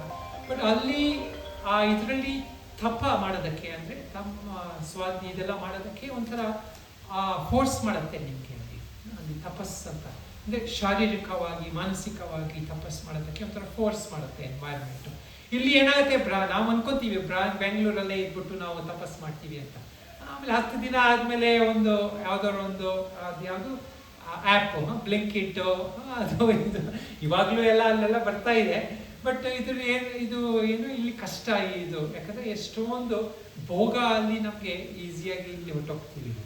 ಸೊ ಹಾಗಂತಲೇ ಅಲ್ಲ, ಅಲ್ಲಿ ಹೋಗ್ಬೇಕಂತಲೇ ಅಲ್ಲ, ಬಟ್ ನಮ್ಮೆಲ್ಲರ ಜೀವನದಲ್ಲೂ ಸ್ವಲ್ಪ ತಪಸ್ ಮಾಡೋದಕ್ಕೆ ನಾವು ಮಾಡ್ತಾ ಮಾಡ್ತಾ ಏನಾಗುತ್ತೆ, ನಮ್ಮ ಅಂತರಂಗದಲ್ಲಿ ಅದು ಪರಿವರ್ತನೆ ಬರುತ್ತೆ. ಹೇಗಾದರೂ ಎಷ್ಟೊಂದು ಥರದಲ್ಲಿ ಜಪ ಮಾಡೋದು, ಮೌನ ಇಟ್ಕೊಳ್ಳೋದು 1 ಗಂಟೆ ದಿವಸಕ್ಕೆ, ಅಥವಾ ದಿನ 1 ವಾರದಲ್ಲಿ ಒಂದ್ಸತಿ, ಅಥವಾ ಯಾವ್ದಾದ್ರು ಒಂದು ಕಡೆ ಹೋಗಿ, ಎಷ್ಟೊಂದು ಜಾಗ ಇದೆ ಈಗ ರಿಟ್ರೀಟ್ ಸೆಂಟರ್ಸು, ಅಲ್ಲೆಲ್ಲ 1-2 ಕಡೆ 1-2 ದಿನ ಇರೋದು, ಅಥವಾ ಎಲ್ಲರೂ ಒಂದು ಕಡೆ ಹೋಗೋದು, ಇದೆಲ್ಲ ತಪ. ಇನ್ನೊಂದು ಬಂದು ಸ್ವಾಧ್ಯಾಯ, ಯಾವ್ದಾದ್ರು ಕಲಿಯೋದು, ಶಾಸ್ತ್ರ ಕಲಿಯೋದು, ಅದನ್ನ ಚಿಂತನೆ ಮಾಡೋದು, ಮಾನಸಿಕವಾಗಿ ನಮ್ಮ ಜೀವನದಲ್ಲಿ ಹೇಗೆ ಅಳವಡಿಸ್ಕೊಳ್ಬೇಕು ಅಂತ. ಅದಕ್ಕೆ ನಾವು ನಮ್ಮ ಸ್ಟೂಡೆಂಟ್ಸು ಎಲ್ಲ ಪ್ರಯತ್ನ ಮಾಡಿ ಒಂದು ಗೀತಾ ಮನನಂ ಅಂತ ಒಂದು ಪುಸ್ತಕವನ್ನು ಬರೆದಿದ್ದೀವಿ. ಅದರಲ್ಲಿ ಸ್ವಲ್ಪ ಚಿಂತನೆ ಮಾಡೋದಕ್ಕೆ, ಅದು ನಾವು ಗೀತಾವನ್ನು ತಗೊಂಡು ನಮ್ಮ ಜೀವನದಲ್ಲಿ ಹೇಗೆ ಅಳವಡಿಸ್ಬೋದು ಅಂತ, ಅದಕ್ಕೆ ಚಿಂತನೆ ಮಾಡೋದಕ್ಕೆ ಅಂದ್ಬಿಟ್ಟು ಒಂದು ಸ್ವಲ್ಪ ಕ್ವಶನ್ ಇರುವುದೆಲ್ಲ ಕೊಟ್ಟಿದ್ದೀವಿ. ಅದು ಸ್ವಾಧ್ಯಾಯ ಮಾಡೋದಕ್ಕೆ, ಮನನ ಸ್ವಾಧ್ಯಾಯ. ಇನ್ನೊಂದು ಬಂದು ಈಶ್ವರ ಪ್ರಣಿಧಾನ, ಅಂದರೆ ಆ ಪರಮಾತ್ಮನನ್ನು ಶ್ರದ್ಧೆ ತಗೊಳ್ಳೋದು. ಸೊ ನಮ್ಮ ಎಷ್ಟೊಂದು ಸತಿ ಜೀವನದಲ್ಲಿ ಆಗೋ ವಿಷಯದಲ್ಲಿ ಎಲ್ಲಿ ಪರಮಾತ್ಮನ ಶ್ರದ್ಧೆ ಇದೆ, ಅಲ್ಲಿ ನಮಗೆ ಸರಿಯಾದ ಮಾರ್ಗದರ್ಶನ ಸಿಕ್ಕತ್ತೆ. ಎಷ್ಟೊಂದು ಸತಿ ನಾವು ಹೇಳ್ತೀವಿ ಅಲ್ಲ, ಯಾರಾದರೂ ಎಲ್ಲರೂ ಜೀವನದಲ್ಲಿ ಹೇಗೆ ಆಕಸ್ಮಿಕವಾಗಿ ಏನೋ ಒಂದು ಮಾರ್ಗದರ್ಶನ ಕೊಟ್ಟರು. ಹೇಗೆ ಬಂತು? ಈಗ ನಾನು ಅದೇ ಪ್ರಶ್ನೆ ಕೇಳ್ತಿದ್ದಲ್ವ, ಸಂಯೋಗ ಎಲ್ಲಿಂದ ಬಂತು? ಅದು ನೀವು ಏನೋ ಒಂದು ಮಾಡಿರೋ ಪುಣ್ಯ ಕರ್ಮ ಅಥವಾ ಭಗವಂತನಲ್ಲಿ ಮಾನಸಿಕವಾಗಿ ಮಾಡಿರೋ ಪ್ರಾರ್ಥನೆ, ಅದರದ್ದು ಒಂದು ಫಲ. ಸೊ ನಾವು ಶಾರೀರಿಕವಾಗಿಯೂ ಮಾಡ್ಬೋದು, ಮಾನಸಿಕವಾಗಿ ಏನೋ ಒಂದು ಪ್ರಾರ್ಥನೆ ಮಾಡಿದ್ದೀವಿ. ಒಂದು ಚಿಕ್ಕ ಕತೆ ಹೇಳ್ತಾರೆ. ಒಂದು ಸಮಯದಲ್ಲಿ ಬುದ್ಧನ ಕತೆ ಇದು. ಯಾರೋ ಒಬ್ಬ ಅವನು ಬುದ್ಧಂದು ಇದರಲ್ಲಿ ಕಥೆಯಲ್ಲಿ ಎಷ್ಟೊಂದು ಕಡೆ ಹೋಗಿ ಭಿಕ್ಷೆ ಕೇಳ್ತಾ ಇದ್ದ. ಅದು ಸನ್ಯಾಸಿ ಅವನು ಭಿಕ್ಷುಗೆ ಭಿಕ್ಷೆ ಕೊಡೋದು ಅದು ಒಂಥರ ಬಹಳ ಪುಣ್ಯವಾದ ಕರ್ತವ್ಯ ಅಂತ. ಸೊ ಅದು ಎಷ್ಟೊಂದು ಕಡೆ ಅವನು ತಮ್ಮ ಭಿಕ್ಷೆಗೆ ಅಂದ್ಬಿಟ್ಟು ಹೋಗ್ತಾ ಇದ್ದ. ಸೊ ಒಂದು ಸರದಲ್ಲಿ ಯಾರೋ ಒಬ್ಬ ಬಹಳ ಕಷ್ಟದಲ್ಲಿ ಇದ್ದವನನ್ನ ನೋಡಿದಂತೆ ಬುದ್ಧ. ಅಂದರೆ ಎಷ್ಟೊಂದು ಜೀವನದಲ್ಲಿ ಎಷ್ಟೊಂದು ಕಷ್ಟ ಇತ್ತು ಅವನಿಗೆ. ಅಂದರೆ ಮೆಟೀರಿಯಲ್ ಕಷ್ಟ ಜೀವನದಲ್ಲಿ, ಮನೆ ಇರೋದು, ಮಕ್ಕಳು ಎಲ್ಲ ನೋಡ್ಕೊಳ್ಳೋದಕ್ಕೆ. ನಾವು ಇಲ್ಲೂ ಎಲ್ಲ ನೋಡ್ತೀವಲ್ಲ, ಎಷ್ಟೊಂದು ಕಷ್ಟ ಇತ್ತು ಅಂತ ಜನರಿಗಿರುತ್ತೆ. ಸೊ ಅವನು ನೋಡ್ಬಿಟ್ಟು ಅದನ್ನು ಅನ್ಕೊಂಡಂತೆ ಹೀಗಾಯಿತು ಅಂದ್ಬಿಟ್ಟು ಅವನು ಭಿಕ್ಷುಕರಲ್ಲಿ ಅಲ್ಲಿ ಅವ್ರ ನಿಯಮ ಏನಿತ್ತು ಅಂದರೆ, ಒಂದು ರಸ್ತೆಯಲ್ಲಿ ಹೋದರೆ ಆ ರಸ್ತೆಯಲ್ಲಿ 3 ದಿನ ಪುನಃ ಬರಲ್ಲ. ಈಗ ನಮ್ಮ ಶಾಸ್ತ್ರದಲ್ಲೂ ಸನ್ಯಾಸಿಗಳಿಗೆ ಎಷ್ಟೊಂದೆಲ್ಲ ಇದೆ ಇದ್ರ ಪಟ್ಟಿ. ಇವಾಗ ಸೊಸೈಟಿ ಎಲ್ಲ ಚೇಂಜ್ ಆಗಿದೆ, ಎಷ್ಟೊಂದು ಬೇರೆ ಬೇರೆ ಥರದಲ್ಲಿ ಅದ್ರದ್ದು ನಾವು ಇದು ಪಾಲನೆ ಮಾಡೋಕ್ಕೆ ಪ್ರಯತ್ನ ಮಾಡ್ತಾ ಇದ್ದೀವಿ. ಬಟ್ ಆಗಿನ ಇದರಲ್ಲಿ ಹಾಗೆ ಅಲ್ಲಿ ನಡ್ಕೊಂಡು ಹೋದಾಗ ಅವನು 3 ದಿನ ತನಕ ಅಲ್ಲಿ ಹೋಗಲ್ಲ ಅಂತ. ಬಟ್ ಅವನು ಬುದ್ಧ ನೋಡ್ಬಿಟ್ಟು ನೆಕ್ಸ್ಟ್ ಡೇ ಆ ಕಷ್ಟ ಇದ್ದವನನ್ನ ಮನೆ ಇದ್ರ ಹೋಗಿದ್ದಲ್ಲ, ಅವನು ಭಿಕ್ಷೆ ಕೊಡಲಿಲ್ಲ. ಯಾಕಂದ್ರೆ ಅವನು ಕಷ್ಟದಲ್ಲಿ ಇದ್ದಾನೆ, ಭಿಕ್ಷೆ ಕೊಡಲಿಲ್ಲ. ಸೆಕೆಂಡ್ ಡೇ ಅಲ್ಲಿ ಹೋದಂತೆ. ಸೆಕೆಂಡ್ ಡೇ ಅಲ್ಲಿ ಹೋದಾಗ ಅವನು ಬೇರೆಯವರು 2-3 ಜನ ಅವನಿಗೆ ಭಿಕ್ಷೆ ಕೊಟ್ಟರು. ಅವನು ಕಷ್ಟದಲ್ಲಿ ಇದ್ದವನು ತಿರ್ಗಾ ಅವನನ್ನು ನೋಡಿದಂತೆ ಅವನ ಮನೆ ಎದುರು ಹೋದಂತೆ. ಬುದ್ಧ ಎಲ್ಲರ ಹತ್ರನೂ ಭಿಕ್ಷೆ ಕೇಳ್ತಾರೆ. ನೀವು ನೀವು ಎಷ್ಟೊಂದು ದುಡ್ಡಿದ್ರಿ, ರಿಚ್ ಆಗಿರಲಿ ಅಥವಾ ನೀವು ಪೋರ್ ಆಗಿರಲಿ, ಅವನು ಭಿಕ್ಷೆ ಕೇಳೋದು ಒಂದು ನಿಯಮ. ಸೊ ಅಲ್ಲಿ ತಿರ್ಗಾ ಹೋಗ್ಬಿಟ್ಟು ಅವ್ನು ಕೇಳಿದಂತೆ. ಸೆಕೆಂಡ್ ಡೇನು ಅವ್ರು ಭಿಕ್ಷೆ ಕೊಡಲಿಲ್ಲ. ಥರ್ಡ್ ಡೇನು ಅಲ್ಲೇ ಪುನಃ ರಸ್ತೆಯಲ್ಲಿ ಹೋದಂತೆ. ಥರ್ಡ್ ಡೇನು ಅವ್ನು ಭಿಕ್ಷೆ ಕೊಡಲಿಲ್ಲ ಅವನು. ಅವಾಗ ಅವನ ಜೊತೆ ಇದ್ದು ಬೇರೆ ಎಲ್ಲ ಭಿಕ್ಷುಕರು ಅವ್ನು ಕೇಳಿದಂತೆ, ನೀವು ನಮಗೆ ಹೇಳ್ತಿದ್ರೆ ಅಲ್ಲಿ ಹೋಗಬೇಡಿ ಅಂತ, ಒಂದು ರಸ್ತೆಯಲ್ಲಿ ಹೋಗ್ಬೇಡಿ, ಯಾಕೆ ಅಲ್ಲಿ ಹೋಗೋಕ್ಕೆ 3 ದಿನ ನೀವೇ ಹೋಗ್ತಾ ಇದ್ದೀರಾ ಅಲ್ಲಿ ಅಂತ. ಅವಾಗ ಅವ್ರಿಗೆ ತಿಳ್ಕೊಳ್ಳೋದಕ್ಕೆ ಹೇಳಿದಂತೆ, ನನ್ನಲ್ಲಿ ಸ್ವಲ್ಪ ಹೋಪ್ ಇತ್ತು, ಅವನು ಏನಾದ್ರು ಒಂದು ಭಿಕ್ಷೆ ಕೊಟ್ಟರೆ ಅವನಿಗೆ ಭಾಳ ಒಳ್ಳೇದಾಗ್ತಾ ಇತ್ತು ಅಂತ. ಸೊ ಆ ಹೋಪಿಂದ ಅವನಿಗೆ ಅವಕಾಶ ಕೊಡೋಣ ಅಂದ್ಬಿಟ್ಟು ನಾನು ಅಲ್ಲಿ ಹೋದೆ ಅಂತ. ಯಾಕಂದರೆ ಅವನಿಗೆ ಬೇರೆ ಕಡೆ ಸಿಕ್ತಿತ್ತು ಭಿಕ್ಷೆ. ಸೊ ಹಾಗೆ ನಮ್ಮ ಜೀವನದಲ್ಲಿ ಏನೋ ಒಂದು ಅವಕಾಶ ಸಿಕ್ಕತ್ತೆ ಈ ಟೈಪು ಪುಣ್ಯಕರ್ಮ ಮಾಡೋದಕ್ಕೆ ಅಥವಾ ಭಗವಂತನ ಅನುಗ್ರಹ ಪಡೆಯೋದಕ್ಕೆ.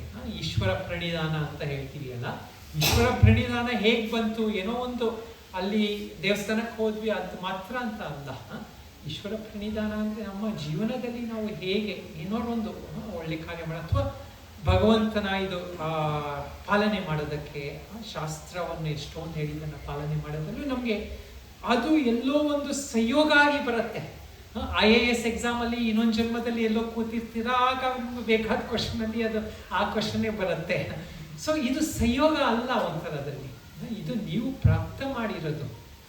ಸೊ ಎಲ್ಲಾದರೂ ಒಂಥರ ಜೀವನದಲ್ಲಿ ನಾವು ಪ್ರಾಪ್ತ ಮಾಡಿರೋದು. ನಿಮಗೆ ಯಾವುದಾದ್ರೂ ಒಳ್ಳೆ ಕೊಲೀಗ್ಸ್ ಇದ್ದಾರೆ, ಒಳ್ಳೆ ಇದ್ದಾರೆ, ಅದು ನೀವು ಪ್ರಾಪ್ತ ಮಾಡಿದ್ದೀರಾ. ಹಾಗೆ ಏನೋ ಒಂದು ಕಷ್ಟ ಕೊಡೋರು ಬಂದಿರೋರು ಅದು ಒಂಥರ ಪ್ರಾಪ್ತ ಮಾಡಿದ್ದೀರಾ. ಬಟ್ ಎಲ್ಲಿ ಕಷ್ಟ ಇದೆ ಅಲ್ಲಿ ನಮಗೆ ಆಪರ್ಚುನಿಟಿ ಇದೆ ಡೆವಲಪ್ ಮಾಡೋದಕ್ಕೆ. ಎಲ್ಲ ಸುಖವಾಗಿದ್ದರೆ ನಾವು ಡೆವಲಪ್ ಮಾಡೋಕ್ಕೆ ಪ್ರಯತ್ನ ಮಾಡೋಕ್ಕಾಗಲ್ಲ. ಸೊ ಇದು ಹೇಳ್ಬಿಟ್ಟು ನಾನು ಮುಗಿಸ್ತೀನಿ. ಈಗ ಮೂರು ಒಂಥರ ಸೊಲ್ಯೂಷನ್ಸ್. ಒಂದು ಸೊಲ್ಯೂಷನ್ನು ನಾನೀಗ ಕೊಟ್ಟಿದ್ದೀನಿ. ಈಗ ಯಾವುದು?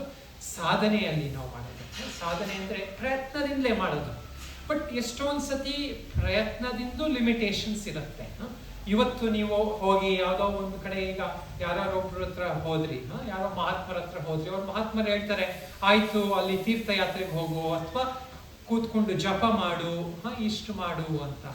ನೀವು 10 ದಿನ ಮಾಡ್ತೀರಾ, 10 ದಿನ ಆದಮೇಲೆ ಅವ್ರು ಹೇಳಿದ್ದು ಏನೂ ಆಗಲೇ ಇಲ್ಲ, ಜೀವನದಲ್ಲಿ ಹೀಗೆ ಆಗ್ತಾ ಇದೆ, ಆಯಿತು ಶ್ರದ್ಧೆ ಹೋಯಿತು ಅಲ್ಲಿ ಅಂತ ಬಿಟ್ಬಿಡ್ತೀವಿ ನಾವು.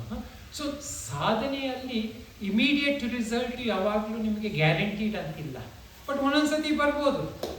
ಸೊ ಇದು ಎಷ್ಟೊಂದು ಸತಿಯಲ್ಲಿ ನಾವು ಪ್ರಯತ್ನದಲ್ಲಿ ಅದು ಒಂದು ಲಿಮಿಟೇಷನ್ಸ್ ಇರುತ್ತೆ, ಯಾಕಂದ್ರೆ ಅದು ಒಂದು ನಿಯಮದಲ್ಲಿ ಇರುತ್ತೆ. ಇನ್ನೊಂದು ಮಾರ್ಗದರ್ಶನ ಹೇಗಂದ್ರೆ, ಇದು ನಾನು ಫಸ್ಟ್ ಹೇಳಿದ್ನಲ್ವಾ, ಶರಣಾಗತಿ ತಗೊಳ್ಳೋದು. ಇದು ಒಂಥರ ಶರಣಾಗತಿ ನಾವು ಪರಮಾತ್ಮನಲ್ಲಿ ತಗೊಳ್ಳೋದು ಅಥವಾ ಇದು ಪ್ರಕೃತಿಯಲ್ಲೇ ತಗೊಳ್ಳೋದು. ಇದು ನನ್ನ ಕರ್ಮ ಅಂತ ಎಷ್ಟೊಂದು ಜನ ಹೇಳ್ತಾರೆ. ಇದು ನಮ್ಮ ಸಿದ್ಧಾಂತದಲ್ಲಿ ಎಲ್ಲರಿಗೂ ಒಂಥರ ತಿಳಿದಿದ್ದು, ಅಂದ್ರೆ ಯಾರು ಸ್ವಲ್ಪ ಧಾರ್ಮಿಕ ಮಾರ್ಗದಲ್ಲಿ ಬಂದಿದ್ದಾರೆ ಎಲ್ಲರಿಗೂ ಗೊತ್ತು ಇದು ನನ್ನ ಕರ್ಮ, ನನ್ನ ಕರ್ಮದಲ್ಲಿ ಹೀಗೆ ಅಂತ. ಅಂದ್ರೆ ಏನಾದ್ರು ಒಂದು ಯಾರಿಗಾದ್ರು ಒಂದು ಕಾಯಿಲೆ ಬಂತು, ಆ ಕಾಯಿಲೆ ಅವರ ಸಾಯೋ ತನಕ ಕಾಯಿಲೆಯಲ್ಲೇ ಇದ್ರು ಅಂತ ಇಟ್ಕೊಳ್ಳಿ, ಅದೇನು ಅದೊಂಥರ ಹಾಗೆ ಅಂತ ಎಕ್ಸೆಪ್ಟೆನ್ಸು. ನಾವು ಒಂದೊಂದು ಚೇಂಜ್ ಮಾಡ್ಬೋದು, ಒಂದೊಂದು ಮಾನಸಿಕವಾಗಿ ಅದು ಎಕ್ಸೆಪ್ಟೆನ್ಸ್ ಮಾಡಿದ್ರೆ ಏನಾಗುತ್ತೆ, ಮಾನಸಿಕವಾಗಿ ಶಕ್ತಿ ಬರುತ್ತೆ. ಪರಿಸ್ಥಿತಿಯಲ್ಲಿ ನಾವು ಚೇಂಜ್ ಮಾಡೋಕ್ಕಾಗ್ತಿದ್ರು ಮನಸ್ಥಿತಿಯಲ್ಲಿ ಅದನ್ನು ಚೇಂಜ್ ಮಾಡ್ಬೋದು. ಅಂದರೆ ಅದನ್ನು ಸಹಿಸೋದಕ್ಕೆ ನಾವು ಆಟಿಟ್ಯೂಡ್ ಸರಿಯಾಗಿ ಇಟ್ಕೊಬೋದು ಮನಸ್ಥಿತಿಯಲ್ಲಿ. ಇನ್ನೊಂದು ಪಾಯಿಂಟ್, ಇದು ಇಂಪಾರ್ಟೆಂಟ್ ಪಾಯಿಂಟು, ನಿಜವಾದ ಚೇಂಜ್ ಎಲ್ಲಿಂದ ಬಂತು. ಇವಾಗ ಯಾವುದೋ ಒಂದು ನಾಯಿಯಲ್ಲಿ ಯಾವುದೋ ಒಂದು ರಸ್ತೆಯಲ್ಲಿ ಹೋಗ್ತಾ ಇದ್ದೀರ, ನಾಯಿ ಬಂದು ಬೊಗಳುತ್ತೆ ನಿಮಗೆ. ನಾವು ಎಷ್ಟೊಂದು ಸತಿ ನಾವೆಲ್ಲ ಇದು ಈ ಬಟ್ಟೆ ಹಾಕೊಂಡವರು ಎಲ್ಲ ಏನೋ ಒಂದ್ ಕಡೆ ಎಲ್ಲ ಹೋದಾಗ ನಾಯಿಗಳೆಲ್ಲ ಬಂದು ಬೊಗಳುತ್ತೆ. ಒಂದೊಂದ್ಸತಿ ನಮ್ಮನ್ನು ನೋಡ್ಬಿಟ್ಟು ಬರುತ್ತೆ, ಯಾಕಂದ್ರೆ ಅದು ಯಾರೆಲ್ಲ ಸಾಧುಗಳು ಯಾರೋ ದುಡ್ಡು ಕೊಟ್ಟಿರ್ತಾರೆ. ಸೊ ಅದ್ರದ್ದು ಒಂದು ಹೇಗೆ ಅದು ಇನ್ಸ್ಟಿಂಕ್ಟ್, ಅದು ನೀವು ಅದಕ್ಕೆ ಅಂದ್ಬಿಟ್ಟು ನಿಮ್ಗೆ ದ್ವೇಷ ಅಂತ ಬರಲ್ಲ, ಯಾಕಂದ್ರೆ ನಿಮ್ಗೆ ಗೊತ್ತು ಅದ್ರದ್ದು ಒಂಥರ ಆ ಟೈಪ್. ಇದು ಆ ಪರಿಸ್ಥಿತಿಯಲ್ಲಿ ಬೇಕಾದ್ರೆ ಒಂದು ಕೋಲ್ ತಗೊಂತೀವಿ, ಕಲ್ಲು ತಗೊಬೋದು, ಬಟ್ ನಮ್ಗೆ ಅದ್ರ ಬಗ್ಗೆ ದ್ವೇಷ ಅಂತ ಬರಲ್ಲ. ಹಾಗೆ ಯಾವುದೋ ಒಂದು ಮಗು, ಯಾವುದೋ ಒಂದು 4-5 ವರ್ಷದ ಮಗು, ಅದು ಏನೋ ಒಂದು ಮನೇಲಿ ಕೂತ್ಕೊಂಡು ಆಟ ಆಡ್ಬೇಕಾದ್ರೆ ನೀವು ಕೂತಿದ್ರೆ ನಿಮ್ಮ ಮೇಲೆ ಬಾಲ್ ಹಾಕ್ತು, ನಿಮ್ಗೆ ಅದು ಬಾಲ್ ಹೊಡಿತು, ಏಟಾಯ್ತು ಚಿಕ್ಕದು, ಬಟ್ ನಿಮಗೂ ಅದ್ರ ಬಗ್ಗೆ ಆಯ್ತು, ಅದು ಮಗು ಏನಪ್ಪ ಅದಕ್ಕೆ ಗೊತ್ತು ಅಂದ್ಬಿಟ್ಟು ನೀವು ಇದು ಹೇಳ್ತೀರ. ಹಾಗೆ ಯಾರೋ ಒಬ್ಬ ನೀವು ಯಾವುದೋ ಒಂದು ನಿಮ್ಮಲ್ಲಿ ಗಂಡ ಹೆಂಡತಿ ಯಾವುದೋ ಒಂದು ಏನೋ ಒಂದು ಜೋರಾಗಿ ಮಾತಾಡಿದ್ರು, ಅಥವಾ ಏನೋ ಒಂದು ವಿಷಯದಲ್ಲಿ ನೀವು ಒಂದು ಹೊಡೆದ್ಬಿಟ್ರಿ, ಯಾರಿಗೂ ಮಕ್ಕಳಿಗೆ ಹೊಡೆದ್ಬಿಟ್ರಿ, ಅಥವಾ ಏನೋ ಒಂದು ಹೊಡೆದಾಟ ಏನೋ ಒಂದು ಆಯಿತು. ಅದೇನೋ ವರ್ಷಗಟ್ಟಲೆ ನಾವು ಇಟ್ಕೊತೀವಿ, ಅವ್ರು ಯಾಕೆ ಹಿಂಗೆ ಮಾಡಿದ್ರಿ, ಯಾಕೆ ಹಂಗೆ ಮಾಡಿದ್ರಿ, ಯಾಕೆ ಇದು ಡಿಫ್ರೆನ್ಸು. ಅಲ್ಲಿ ನಾಯಿ ಇದು ಮಾಡಿದಾಗ ನೀವು ಇಟ್ಕೊಳ್ಳಿಲ್ಲ, ಆ ಮಗು ಹೇಳಿದಾಗ ಇಟ್ಕೊಳ್ಳಿಲ್ಲ. ಯಾಕೆ ಡಿಫ್ರೆನ್ಸ್ ಯಾಕಂದ್ರೆ ನಮ್ಮ ಮನಸ್ಸಲ್ಲಿ ಏನು, ಅವರಲ್ಲಿ ಆ ಜ್ಞಾನ ಇದೆ, ಅವರಲ್ಲಿ ಆ ಕರ್ತಭಾವನೆ ಇದೆ, ಅವರಲ್ಲಿ ಆ ಕಂಟ್ರೋಲ್ ಇದೆ, ಅದನ್ನ ಯಾರು ಯೂಸ್ ಮಾಡ್ಕೊಳ್ಳಿಲ್ಲ ಅವರು ಅಂತ ನೋಡಿ. ಇದು ಸಮಾಜದಲ್ಲೂ ಹಾಗಲ್ವಾ, ಯಾಕೆ ಲಾ ಅಲ್ಲಿ ಯಾರಾದ್ರು ದೊಡ್ಡವರಾದವ್ರಿಗೆ ಪನಿಷ್ಮೆಂಟ್ ಕೊಡ್ತಾರೆ, ಯಾರು ಚಿಕ್ಕ ಮಕ್ಕಳಾದವ್ರಿಗೆ ಅಷ್ಟು ಪನಿಷ್ಮೆಂಟ್ ಕೊಡಲ್ಲ. ಏನೋ ಒಂದು ಜುವೆನೈಲ್ ಲೋನ್ ಹಾಕ್ತಾರೆ, ಅವ್ರಿಗೆ ಇದಿಲ್ಲ. ಯಾಕೆ, ಯಾರಲ್ಲಿ ಆ ತಿಳುವಳಿಕೆ ಇದೆ, ಯಾರಲ್ಲಿ ಜ್ಞಾನ ಇದೆ, ಅವರು ಮಾಡಿದ್ದನ್ನ ನೀವು ಕ್ಷಮಿಸಲ್ಲ ಈಸಿಯಾಗಿ. ಸೊ ಇದು ಇನ್ನೊಂದು ಥರದಲ್ಲಿ ನೋಡಿದ್ರೆ, ನಮ್ಮಲ್ಲಿ ಎಲ್ಲಿ ಜ್ಞಾನ ಇದೆ ನಮ್ಮಲ್ಲಿ ರೆಸ್ಪಾನ್ಸಿಬಿಲಿಟೀಸು ಜಾಸ್ತಿ.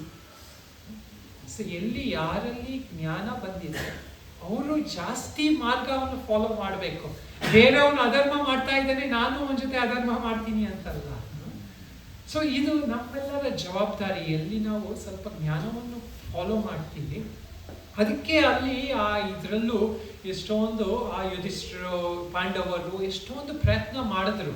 ಯಾಕೆ ಅವರಲ್ಲಿ ಜ್ಞಾನ ಸ್ವಲ್ಪ ಇತ್ತು, ಅಲ್ಲಲ್ಲಿ ಭಗವಂತ ಪರಮಾತ್ಮನ ಅನುಗ್ರಹ ಇತ್ತು.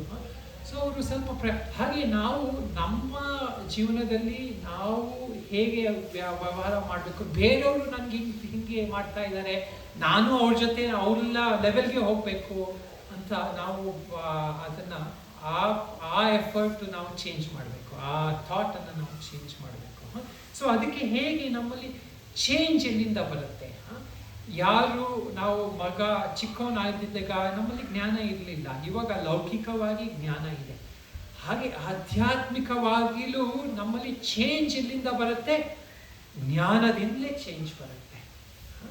ಸೊ ನಮ್ಮ ಆಶ್ರಯ ಜೀವನದಲ್ಲಿ ಎಲ್ಲಿರ್ಬೇಕು, ಜ್ಞಾನದಲ್ಲಿ ನಾವು. ಸೊ ಎಲ್ಲ ಚೇಂಜ್ ನಾವು ಹೇಳ್ತೀವಿ ಅಲ್ಲ, ಕರ್ಮವನ್ನು ನೀವು ಚೇಂಜ್ ಆಗ್ತಿಲ್ದೇ ಇರ್ಬೋದು. ಯಾವುದೋ ಒಂದು ಪರಿಸ್ಥಿತಿ ಬಂತು ಜೀವನದಲ್ಲಿ, ಅದನ್ನು ನೀವು ಚೇಂಜ್ ಮಾಡೋದಕ್ಕೆ ನಿಮ್ಮ ಕಂಟ್ರೋಲಲ್ಲಿ ಇರ್ಬೋದು, ಇರದೇ ಇರ್ಬೋದು ಅದು. ಬಟ್ ನೀವು ಅದನ್ನು ಹೇಗೆ ಪ್ರಾಸೆಸ್ ಮಾಡ್ತೀರಾ, ಇಂಟರ್ನಲ್ಲಿ ನೀವು ಅದ್ರ ಪ್ರಕಾರ ನೆಕ್ಸ್ಟ್ ಕರ್ಮ ಹೇಗೆ ಮಾಡ್ತೀರಾ. ಸೊ ಆ ಕರ್ಮ ಎಲ್ಲಿ ಆಯಿತು, ಇವಾಗ ಯಾರೋ ಒಬ್ರು ಬಂದು ನಿಮಗೆ ಏನೋ ಒಂದು ಹೊಡೆದಾಟ ಏನೋ ನಡೀತಾ ಇದೆ, ಯಾರೋ ಒಬ್ಬ ಬಂದು ಹೊಡೆದ, ಆ ಹೊಡೆದಿದ್ದನ್ನ ನೀವು ಮಾತಾಡಿದ್ದು ಹೊಡೆದಿದ್ದು ಅಲ್ಲಿ ತನಕ ಕಂಟ್ರೋಲ್ ಇರಲಿಲ್ಲ. ಆ ಪಾಯಿಂಟಲ್ಲಿ ನೀವು ಏನು ಮಾಡ್ತೀರಾ ಅದು ನಿಮ್ಮ ಕಂಟ್ರೋಲಲ್ಲಿದೆ. ಸೊ ಇದು ನಮ್ಮಲ್ಲಿ ಜ್ಞಾನದಿಂದ ನಾವು next moment, next action change ಆಗೋದಕ್ಕೆ ನಮ್ಮಲ್ಲಿ ವಾಸನೆ ನಮಗೆ ಕಂಟ್ರೋಲ್ ಮಾಡೋಕ್ಕೆ ಬಿಡಲ್ಲ. ಅದಕ್ಕೇನ ಪ್ರಯುಕ್ತವಯಂ ಪಾಪಂ ಚರತಿ ಪುರುಷಃ ಅಂತ ಅರ್ಜುನ ಕೇಳ್ತಾನೆ. ಏನು ಅದು ನನ್ನಲ್ಲಿ ಪುಷ್ ಮಾಡ್ತಾ ಇದೆ ಆ ಪಾಪ ಮಾಡೋದಕ್ಕೆ ಅಂತ.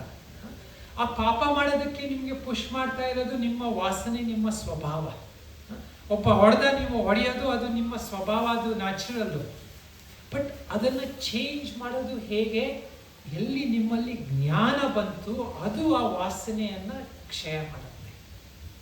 ಸೊ ನಿಜವಾದ ಪರಿವರ್ತನೆ. ಸೊ ಇದು ನೀವು ಎಲ್ಲ ಇಲ್ಲಿ ನೀವು ಮಕ್ಕಳನ್ನ ಇದು ಮಾಡಿ, ಏಕೆ ಅವರು ಸ್ಕೂಲ್ಗೆ ಹೋಗಿಲಿ, ಆ ಸ್ಕೂಲ್ಗೆ ಹೋಗ್ಲಿ ಏನೇ ಅವರಲ್ಲಿ ಒಳ್ಳೆ ಜ್ಞಾನ ಬರಲಿ. ಆ ಜ್ಞಾನ ಬಂದು ಏನಾಗುತ್ತೆ, ಅದರಿಂದ ಒಳ್ಳೆ ಸಂಸ್ಕಾರ ಬರುತ್ತೆ.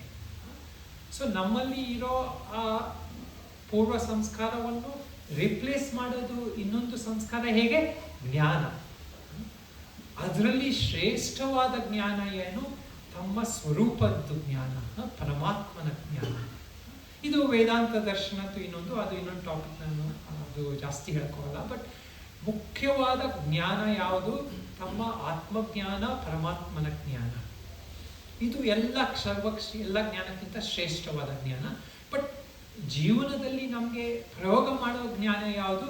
ಶಾಸ್ತ್ರದಿಂದ ಬಂದಿರೋದು ಜ್ಞಾನಗಳು, ಧರ್ಮಜ್ಞಾನ, ಧರ್ಮ ಪುರುಷಾರ್ಥ, ಮೋಕ್ಷ ಪುರುಷಾರ್ಥ, ಇದೆಲ್ಲವನ್ನು ಪ್ರಯೋಗ ಮಾಡ್ಬೋದು. ಸೊ ಇದೊಂದು ಲಾಸ್ಟ್ ಒಂದು ಎಕ್ಸಾಂಪಲ್ ಕೊಡ್ತೀನಿ. ಇದು ಜ್ಞಾನದಿಂದ ಹೇಗೆ ನಾವು ಜೀವನದಲ್ಲಿ ಎಷ್ಟೊಂದು ವಿಷಯದಲ್ಲಿ ಆಶ್ರಯ ತಗೊತೀವಿ, ಅಂದರೆ ಎಷ್ಟೊಂದು ವಿಷಯದಲ್ಲಿ ನಾವು ತಮ್ಮ ರೆಫ್ಯೂಜ್ ಅಷ್ಟನ್ನು ಇಟ್ಕೊತೀವಿ. ಒಬ್ಬೊಬ್ಬರು ತಮ್ಮ ಎಲ್ಲರೂ ಕಷ್ಟ ಬಂದಾಗ, ತಮ್ಮ ರಿಟೈರ್ಮೆಂಟ್ ಎಲ್ಲ ಬಂದಾಗ ನಮ್ಮಲ್ಲಿ ಏನು ಸಪೋರ್ಟು? ತಮ್ಮ ಬ್ಯಾಂಕ್ ಅಕೌಂಟು ಸಪೋರ್ಟ್ ಅಂತ ಇಟ್ಕೊತಾರೆ. ಒಬ್ಬೊಬ್ಬರು ಸ್ವಲ್ಪ ಯಾರು ಆಗಿಲ್ಲ, ತಮ್ಮ ರಿಲೇಟಿವ್ಸು, ಫ್ಯಾಮಿಲಿ, ಅವ್ರ ಬಗ್ಗೆ ಸಪೋರ್ಟ್ ಅಂತ ಇಟ್ಕೊತಾರೆ. ಮತ್ತೆ ಸ್ವಲ್ಪ ಯಾರಲ್ಲಿ ಶ್ರದ್ಧೆ ಎಲ್ಲ ಜಾಸ್ತಿ ಇದೆ ಅವರು ಭಗವಂತ ಅಥವಾ ಯಾರು ಒಂದು ಅವರು ಇಷ್ಟ ದೇವತೆ ಅದರಲ್ಲಿ ಇದು ಇಟ್ಕೊತಾರೆ, ಅದು ಆಶ್ರಯ ಇಟ್ಕೊತಾರೆ. ಸೊ ಇದು ಎಲ್ಲರೂ ಒಂಥರ ತಮ್ಮ ಸ್ವಭಾವ, ತಮ್ಮ ಸಾಧನೆ ಅದ್ರ ಪ್ರಕಾರ ಇಟ್ಕೊತಾರೆ. ಸೊ ಇದಕ್ಕೆ ಒಂದು ಎಕ್ಸಾಂಪಲ್ ಒಬ್ಬರು ಕೊಟ್ಟಿದ್ದಾರೆ. ಏನಂದರೆ, ಒಂದು ಪಕ್ಷಿ ಒಂದು ಮರದ್ದು ಒಂದು ಶಾಖೆ, ಟ್ವಿಗ್ ಒಂಥರ ಬ್ರ್ಯಾಂಚ್ ಮೇಲೆ ಹೋಗಿ ಕೂತ್ಕೊಂಡಿರುತ್ತೆ. ಆ ಬ್ರ್ಯಾಂಚ್ ಒಂಥರ ಭಾಳ ಅಲ್ಲಾಡ್ತಾ ಇತ್ತು. ಯಾರೋ ಒಬ್ಬ ನೋಡ್ದವನು ಹೇಳಿದಂತೆ, ಅಯ್ಯೋ ಅದು ನೋಡಿ ಹೇಗೆ ಅದ್ರ ಮೇಲೆ ಹೋಗಿ ಕೂತ್ಕೊಂಡ್ಬಿಟ್ಟಿದೆ ಆ ಶಾಖೆ, ಅದು ಯಾವಾಗಾದ್ರೂ ಬಿದ್ದೋಗ್ಬಿಡತ್ತೆ ಅದು ಅಂತ. ಬಟ್ ಅದು ಆರಾಮಾಗಿ ಕೂತ್ಕೊಂಡು ಹಾಡು ಹೇಳ್ತಾ ಇತ್ತಂದ್ರೆ ಅದು ತನ್ನ ಆರಾಮಾಗಿ ಇದು ಮಾಡ್ತಾ ಇತ್ತು. ಸೊ ಹಾಗೆ ಅವನ ಜೊತೆ ಇನ್ನೊಬ್ಬ ಕೂತ್ಕೊಂಡು ಅವನಿಗೆ ಹೇಳಿದಂತೆ, ಅದು ಆ ಶಾಖೆ ಮೇಲೆ ಆಶ್ರಯ ತಗೊಂಡಿಲ್ಲ. ಯಾವ್ದ್ರ ಮೇಲೆ ಆಶ್ರಯ ತಗೊಂಡಿದೆ? ಅದು ತನ್ನ ವಿಂಗ್ಸ್ ಮೇಲೆ ಆಶ್ರಯ ತಗೊಂಡಿದೆ. ಯಾವಾಗಲೂ ಬಿದ್ದರೂ ಅದು ಗೊತ್ತು ತನ್ನ ವಿಂಗ್ಸ್ನೇ ನಾನು ಎತ್ಕೊಂಡು ಹೋಗ್ಬೋದು ಅಂತ. ಹಾಗೆ ನಮ್ಮಲ್ಲಿ ಜ್ಞಾನ ಇದೆಯಲ್ಲ, ಇದು ನಮ್ಮ ವಿಂಗ್ಸ್ ಆಫ್ ನಾಲೆಡ್ಜ್. ಇದು ಯಾವಾಗಾದರೂ ಏನು ಜೀವನದಲ್ಲಿ ಕಷ್ಟ ಬಂದರೂ, ಆ ಪರಿಸ್ಥಿತಿ ಏನಾದರೂ ನಮಗೆ ಅದರಿಂದ ನಾವು ಅಂದರೆ ಫ್ಲೈ ಮಾಡ್ಬೋದು ಅಂತ. ಸೊ ಇದನ್ನು ಡೆವಲಪ್ ಮಾಡೋದು, ಇದನ್ನು ನಾವು ಫೋಕಸ್ ಮಾಡೋದು, ಇದು ನಮಗೆ ನಿಜವಾದ ಕರ್ಮ ಬಂಧನೆಯದು ಇದು ಮಾರ್ಗ. ನಾವು ಹೇಳ್ತೀವಲ್ಲ, ಅದು ಬ್ರೇಕಿಂಗ್ ಫ್ರೀ ಫ್ರಮ್ ಕರ್ಮ. ಇವೆಂಚುಲಿ ಕರ್ಮದ್ದು ಬಂಧನೆಯಿಂದ ಹೇಗೆ ಮುಕ್ತರಾಗೋದು ನಾವು ಅಂದರೆ, ಸಾಧನೆಯೇ ಇದೆಲ್ಲ ಮಾಡ್ಬೋದು. ಸಾಧನೆ ಎಷ್ಟೊಂದು ಪ್ರಯತ್ನ, ಎಫರ್ಟ್ ಎಲ್ಲ ಹಾಕ್ಬೋದು. ಬಟ್ ನಿಜವಾದ ನಮಗೆ ಎಷ್ಟೊಂದು ಜೀವನದ ಪರಿಸ್ಥಿತಿಯನ್ನು ಚೇಂಜ್ ಮಾಡೋದಕ್ಕೆ ನಮಗೆ ಆ ಲೆವೆಲಲ್ಲಿ ಪರಿಸ್ಥಿತಿಯಲ್ಲಿ ಚೇಂಜ್ ಮಾಡೋಕ್ಕಾಗಲ್ಲ. ಸೊ ಅವಾಗ ಏನು ಮಾಡಬೇಕು? ಎಲ್ಲಿ ಆ ಪರಿಸ್ಥಿತಿ ಆಗಿದೆ, ಆ ಪರಿಸ್ಥಿತಿ ಯಾಕೆ ಬಂತು? ನಿಮ್ಮ ಕರ್ಮದಿಂದ ಬಂದಿದ್ದು ಆ ಪರಿಸ್ಥಿತಿ. ಸೊ ನೀವು ಆ ಕರ್ಮದಿಂದಲೇ ಆ ಪರಿಸ್ಥಿತಿಯನ್ನು ಚೇಂಜ್ ಮಾಡೋಕ್ಕಾಗಲ್ಲ ಎಷ್ಟೊಂದು ಸತಿ. ಇದು ಜೀವನದ್ದು, ಇದು ಪ್ರಕೃತಿದು ನಿಯಮ. ಕರ್ಮ ಬಂಧನೆ ಯಾವಾಗಲೂ ಇದ್ದೇ ಇರುತ್ತೆ. ಎಷ್ಟು ನೀವು ಎಫರ್ಟ್ ಆದರೂ ಹಾಕಿ, ಆ ಕರ್ಮದಲ್ಲಿ ಹಾಗೇ ಆ ಒಂಥರ ಒಂದು ಹೈಯರ್ ಇದಕ್ಕೆ ಯಾರೊಬ್ಬ ಒಂದು ಹಕ್ಕೆ ಇದರಲ್ಲಿ ಇದ್ದ ಬೇಕಾದ್ರೆ ಸ್ವಲ್ಪ ಮೇಲೆ ಹೋಗ್ತಾನೆ, ಬಟ್ ಆ ಸ್ಪೇಸಲ್ಲೇ ಇರ್ತೀವಿ ನಾವು. ಸೊ ನಿಜವಾದ ಬಂಧನೆ ಇದು, ಕರ್ಮ ಬಂಧನೆ ಇದು ಮುಕ್ತ ಹೇಗೆ ನಾವು ಜ್ಞಾನವನ್ನು ಪ್ರಾಪ್ತ ಮಾಡಬೇಕು ಅಂತ ಇದು ಎಲ್ಲ ನಮ್ಮ ಆಚಾರ್ಯರು ಎಲ್ಲರೂ ನಮಗೆ ನಮ್ಮ ಸನಾತನ ಧರ್ಮದಲ್ಲಿ ಬೇರೆ ಬೇರೆ ಥರದಲ್ಲಿ ಬೇರೆ ಬೇರೆ ಆಚಾರ್ಯರು ಬೇರೆ ಬೇರೆ ಜ್ಞಾನವನ್ನು ಕೊಟ್ಟಿದ್ದಾರೆ. ಇದು ವೇದ ಅಂತ ನಾವು ಹೇಳ್ತೀವಿ, ವೇದದ್ದು ಹಾಗೆ ವೇದ ವೇದಾಂತ ಇದೆಲ್ಲ ಇದು ಎಲ್ಲ ಮುಖ್ಯವಾದ ಪ್ರಯತ್ನ ಇದೆ. ಸೊ ಇಷ್ಟು ಹೇಳಿ ನಾನು ನನ್ನ ಪ್ರವಚನೆಯನ್ನು ಇವತ್ತು ಮುಗಿಸ್ತೀನಿ. ನೀವು ಯಾರು ಏನೋ ಕೇಳೋದಿದ್ರೆ ಕೇಳಿ, ನಾನು ಪ್ರಾರ್ಥನೆ ಹೇಳ್ತಿದ್ದು ಹೇಗೆ ಹೇಗೆ ನೀವು ಹೇಳಿ. ಕೇಳಿ ಯಾರಾದರೂ ಪ್ರಶ್ನೆ ಅಥವಾ anything to be added.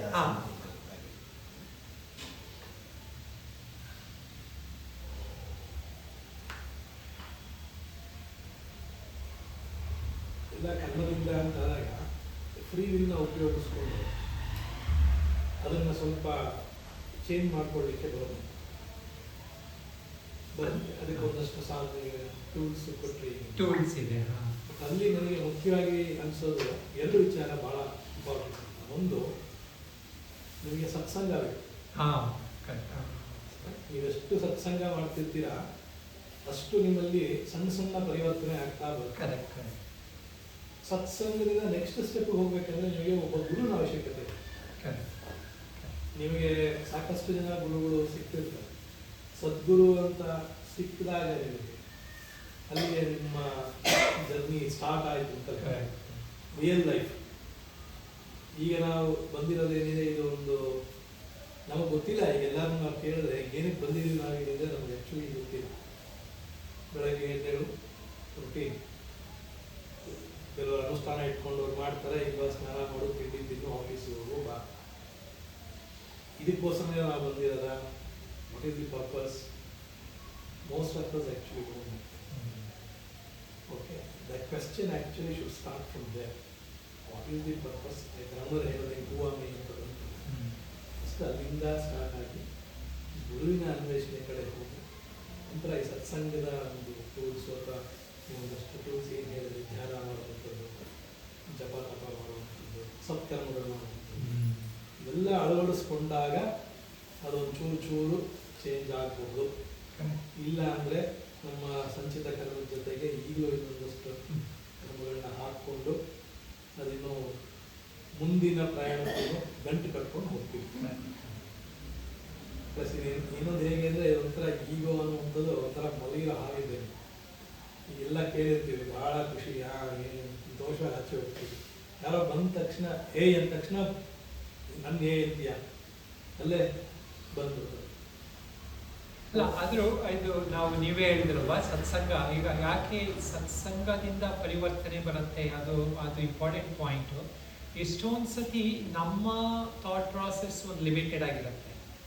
So ಏನೋ ಒಂದು ಐಡಿಯಾ, ಇವಾಗ ಯಾವುದಾದ್ರೂ ಐಡಿಯಾ, ಇವಾಗ ಯಾರಾದ್ರೂ ಕೆಟ್ಟ ಕೆಲಸ ಮಾಡೋದಕ್ಕೂ ಅವನು ಏನೋ ಒಂದು ಸಂಗತಿ ಮಾಡಿದ್ದಾನೆ, ಅಲ್ಲಿ ಅವನಿಗೊಂದೇನೋ ಐಡಿಯಾ ಬಂದಿದೆ, ಇದು ಹೀಗೆ ಮಾಡಿ ಹಾಗೆ ಮಾಡಿದ್ರೆ ಹಾಗೆ ಅಂತ. ಸೊ ಒಂಥರದಲ್ಲಿ ಅದು ಹೇಳ್ತಾರಲ್ಲ, ಅದೇನೋ ಒಂದು ಇದೆ, ಪವರ್ ಆಫ್ ಐಡಿಯಾ. ಅದೇನೋ ಒಂದು ಅಂದರೆ ಆ ಐಡಿಯಾದ ಪವರ್ ಏನಂದರೆ ಅದು ಎಷ್ಟು ದೊಡ್ಡ ಕೆಲಸವನ್ನು ಮಾಡ್ಬೋದು ಅಂತ. ಸೊ ಯಾರು ಎಲ್ಲಿ ಮಹಾತ್ಮರು ಯಾರೊಂದು ವಿಷಯವನ್ನು ಹೇಳಿದ್ದು ನೀವು ಕೇಳಿದ್ದೀರ, ನಿಮ್ಮ ನಾರ್ಮಲ್ ರುಟೀನಲ್ಲೇ ಹೋಗ್ತಾ ಇದ್ದೀರಾ ನೀವು. ಬಟ್ ಅದೇನಾಗಿದೆ, ಆ ಜ್ಞಾನದಿಂದ ಏನಂದರೆ ಸ್ವಲ್ಪ ಅವೇರ್ನೆಸ್ ಬರುತ್ತೆ ನಿಮಗೆ. ಅದು ಆ ಸಾಕ್ಷಿ ರೂಪದಿಂದ ನೋಡೋದಕ್ಕೆ ಶಕ್ತಿ ಕೊಡುತ್ತೆ. ಯಾಕೆ ಅದು ಜ್ಞಾನ, ಅದು ಆ ಅವೇರ್ನೆಸ್ಸನ್ನು ಅವೇಕನ್ ಮಾಡಿರುತ್ತೆ. ಅದು ನಿಮ್ಗೆ ಅನಿಸುತ್ತೆ ಅದು ಸೇಮ್ ಆಗ್ತಾ ಇದೆ ಅಂತ. ಬಟ್ ಎಲ್ಲ ಸತಿ ಅದು ಹೇಳ್ತೀವಲ್ಲ, ಎಲ್ಲ ಒಂದು ಶ್ರವಣದ್ದು ಪೊಟೆನ್ಷಿಯಲ್ ಎಷ್ಟೊಂದು ನಮ್ಮ ಬ್ರಿಕ್ಸು, ವಾಸನೆದ ಬ್ರಿಕ್ಸನ್ನು ಲೂಸ್ ಮಾಡಿದೆ ಅಂತ. ಸೊ ಅದು ನಿಜವಾದ ಇದು ಮಾಡಿದ್ರೆ ಸೊ ಇರುತ್ತೆ ಪವರ್. ಬಟ್ ಒಂದೊಂದ್ಸತಿ ಅದು ಟೈಮ್ ಆಗುತ್ತೆ. ಅದೇ ಹೇಳ್ತೀವಲ್ಲ, ನಾವು ಯಾವ್ದಾದ್ರು ಒಂದು ದೊಡ್ಡ ಒಂದು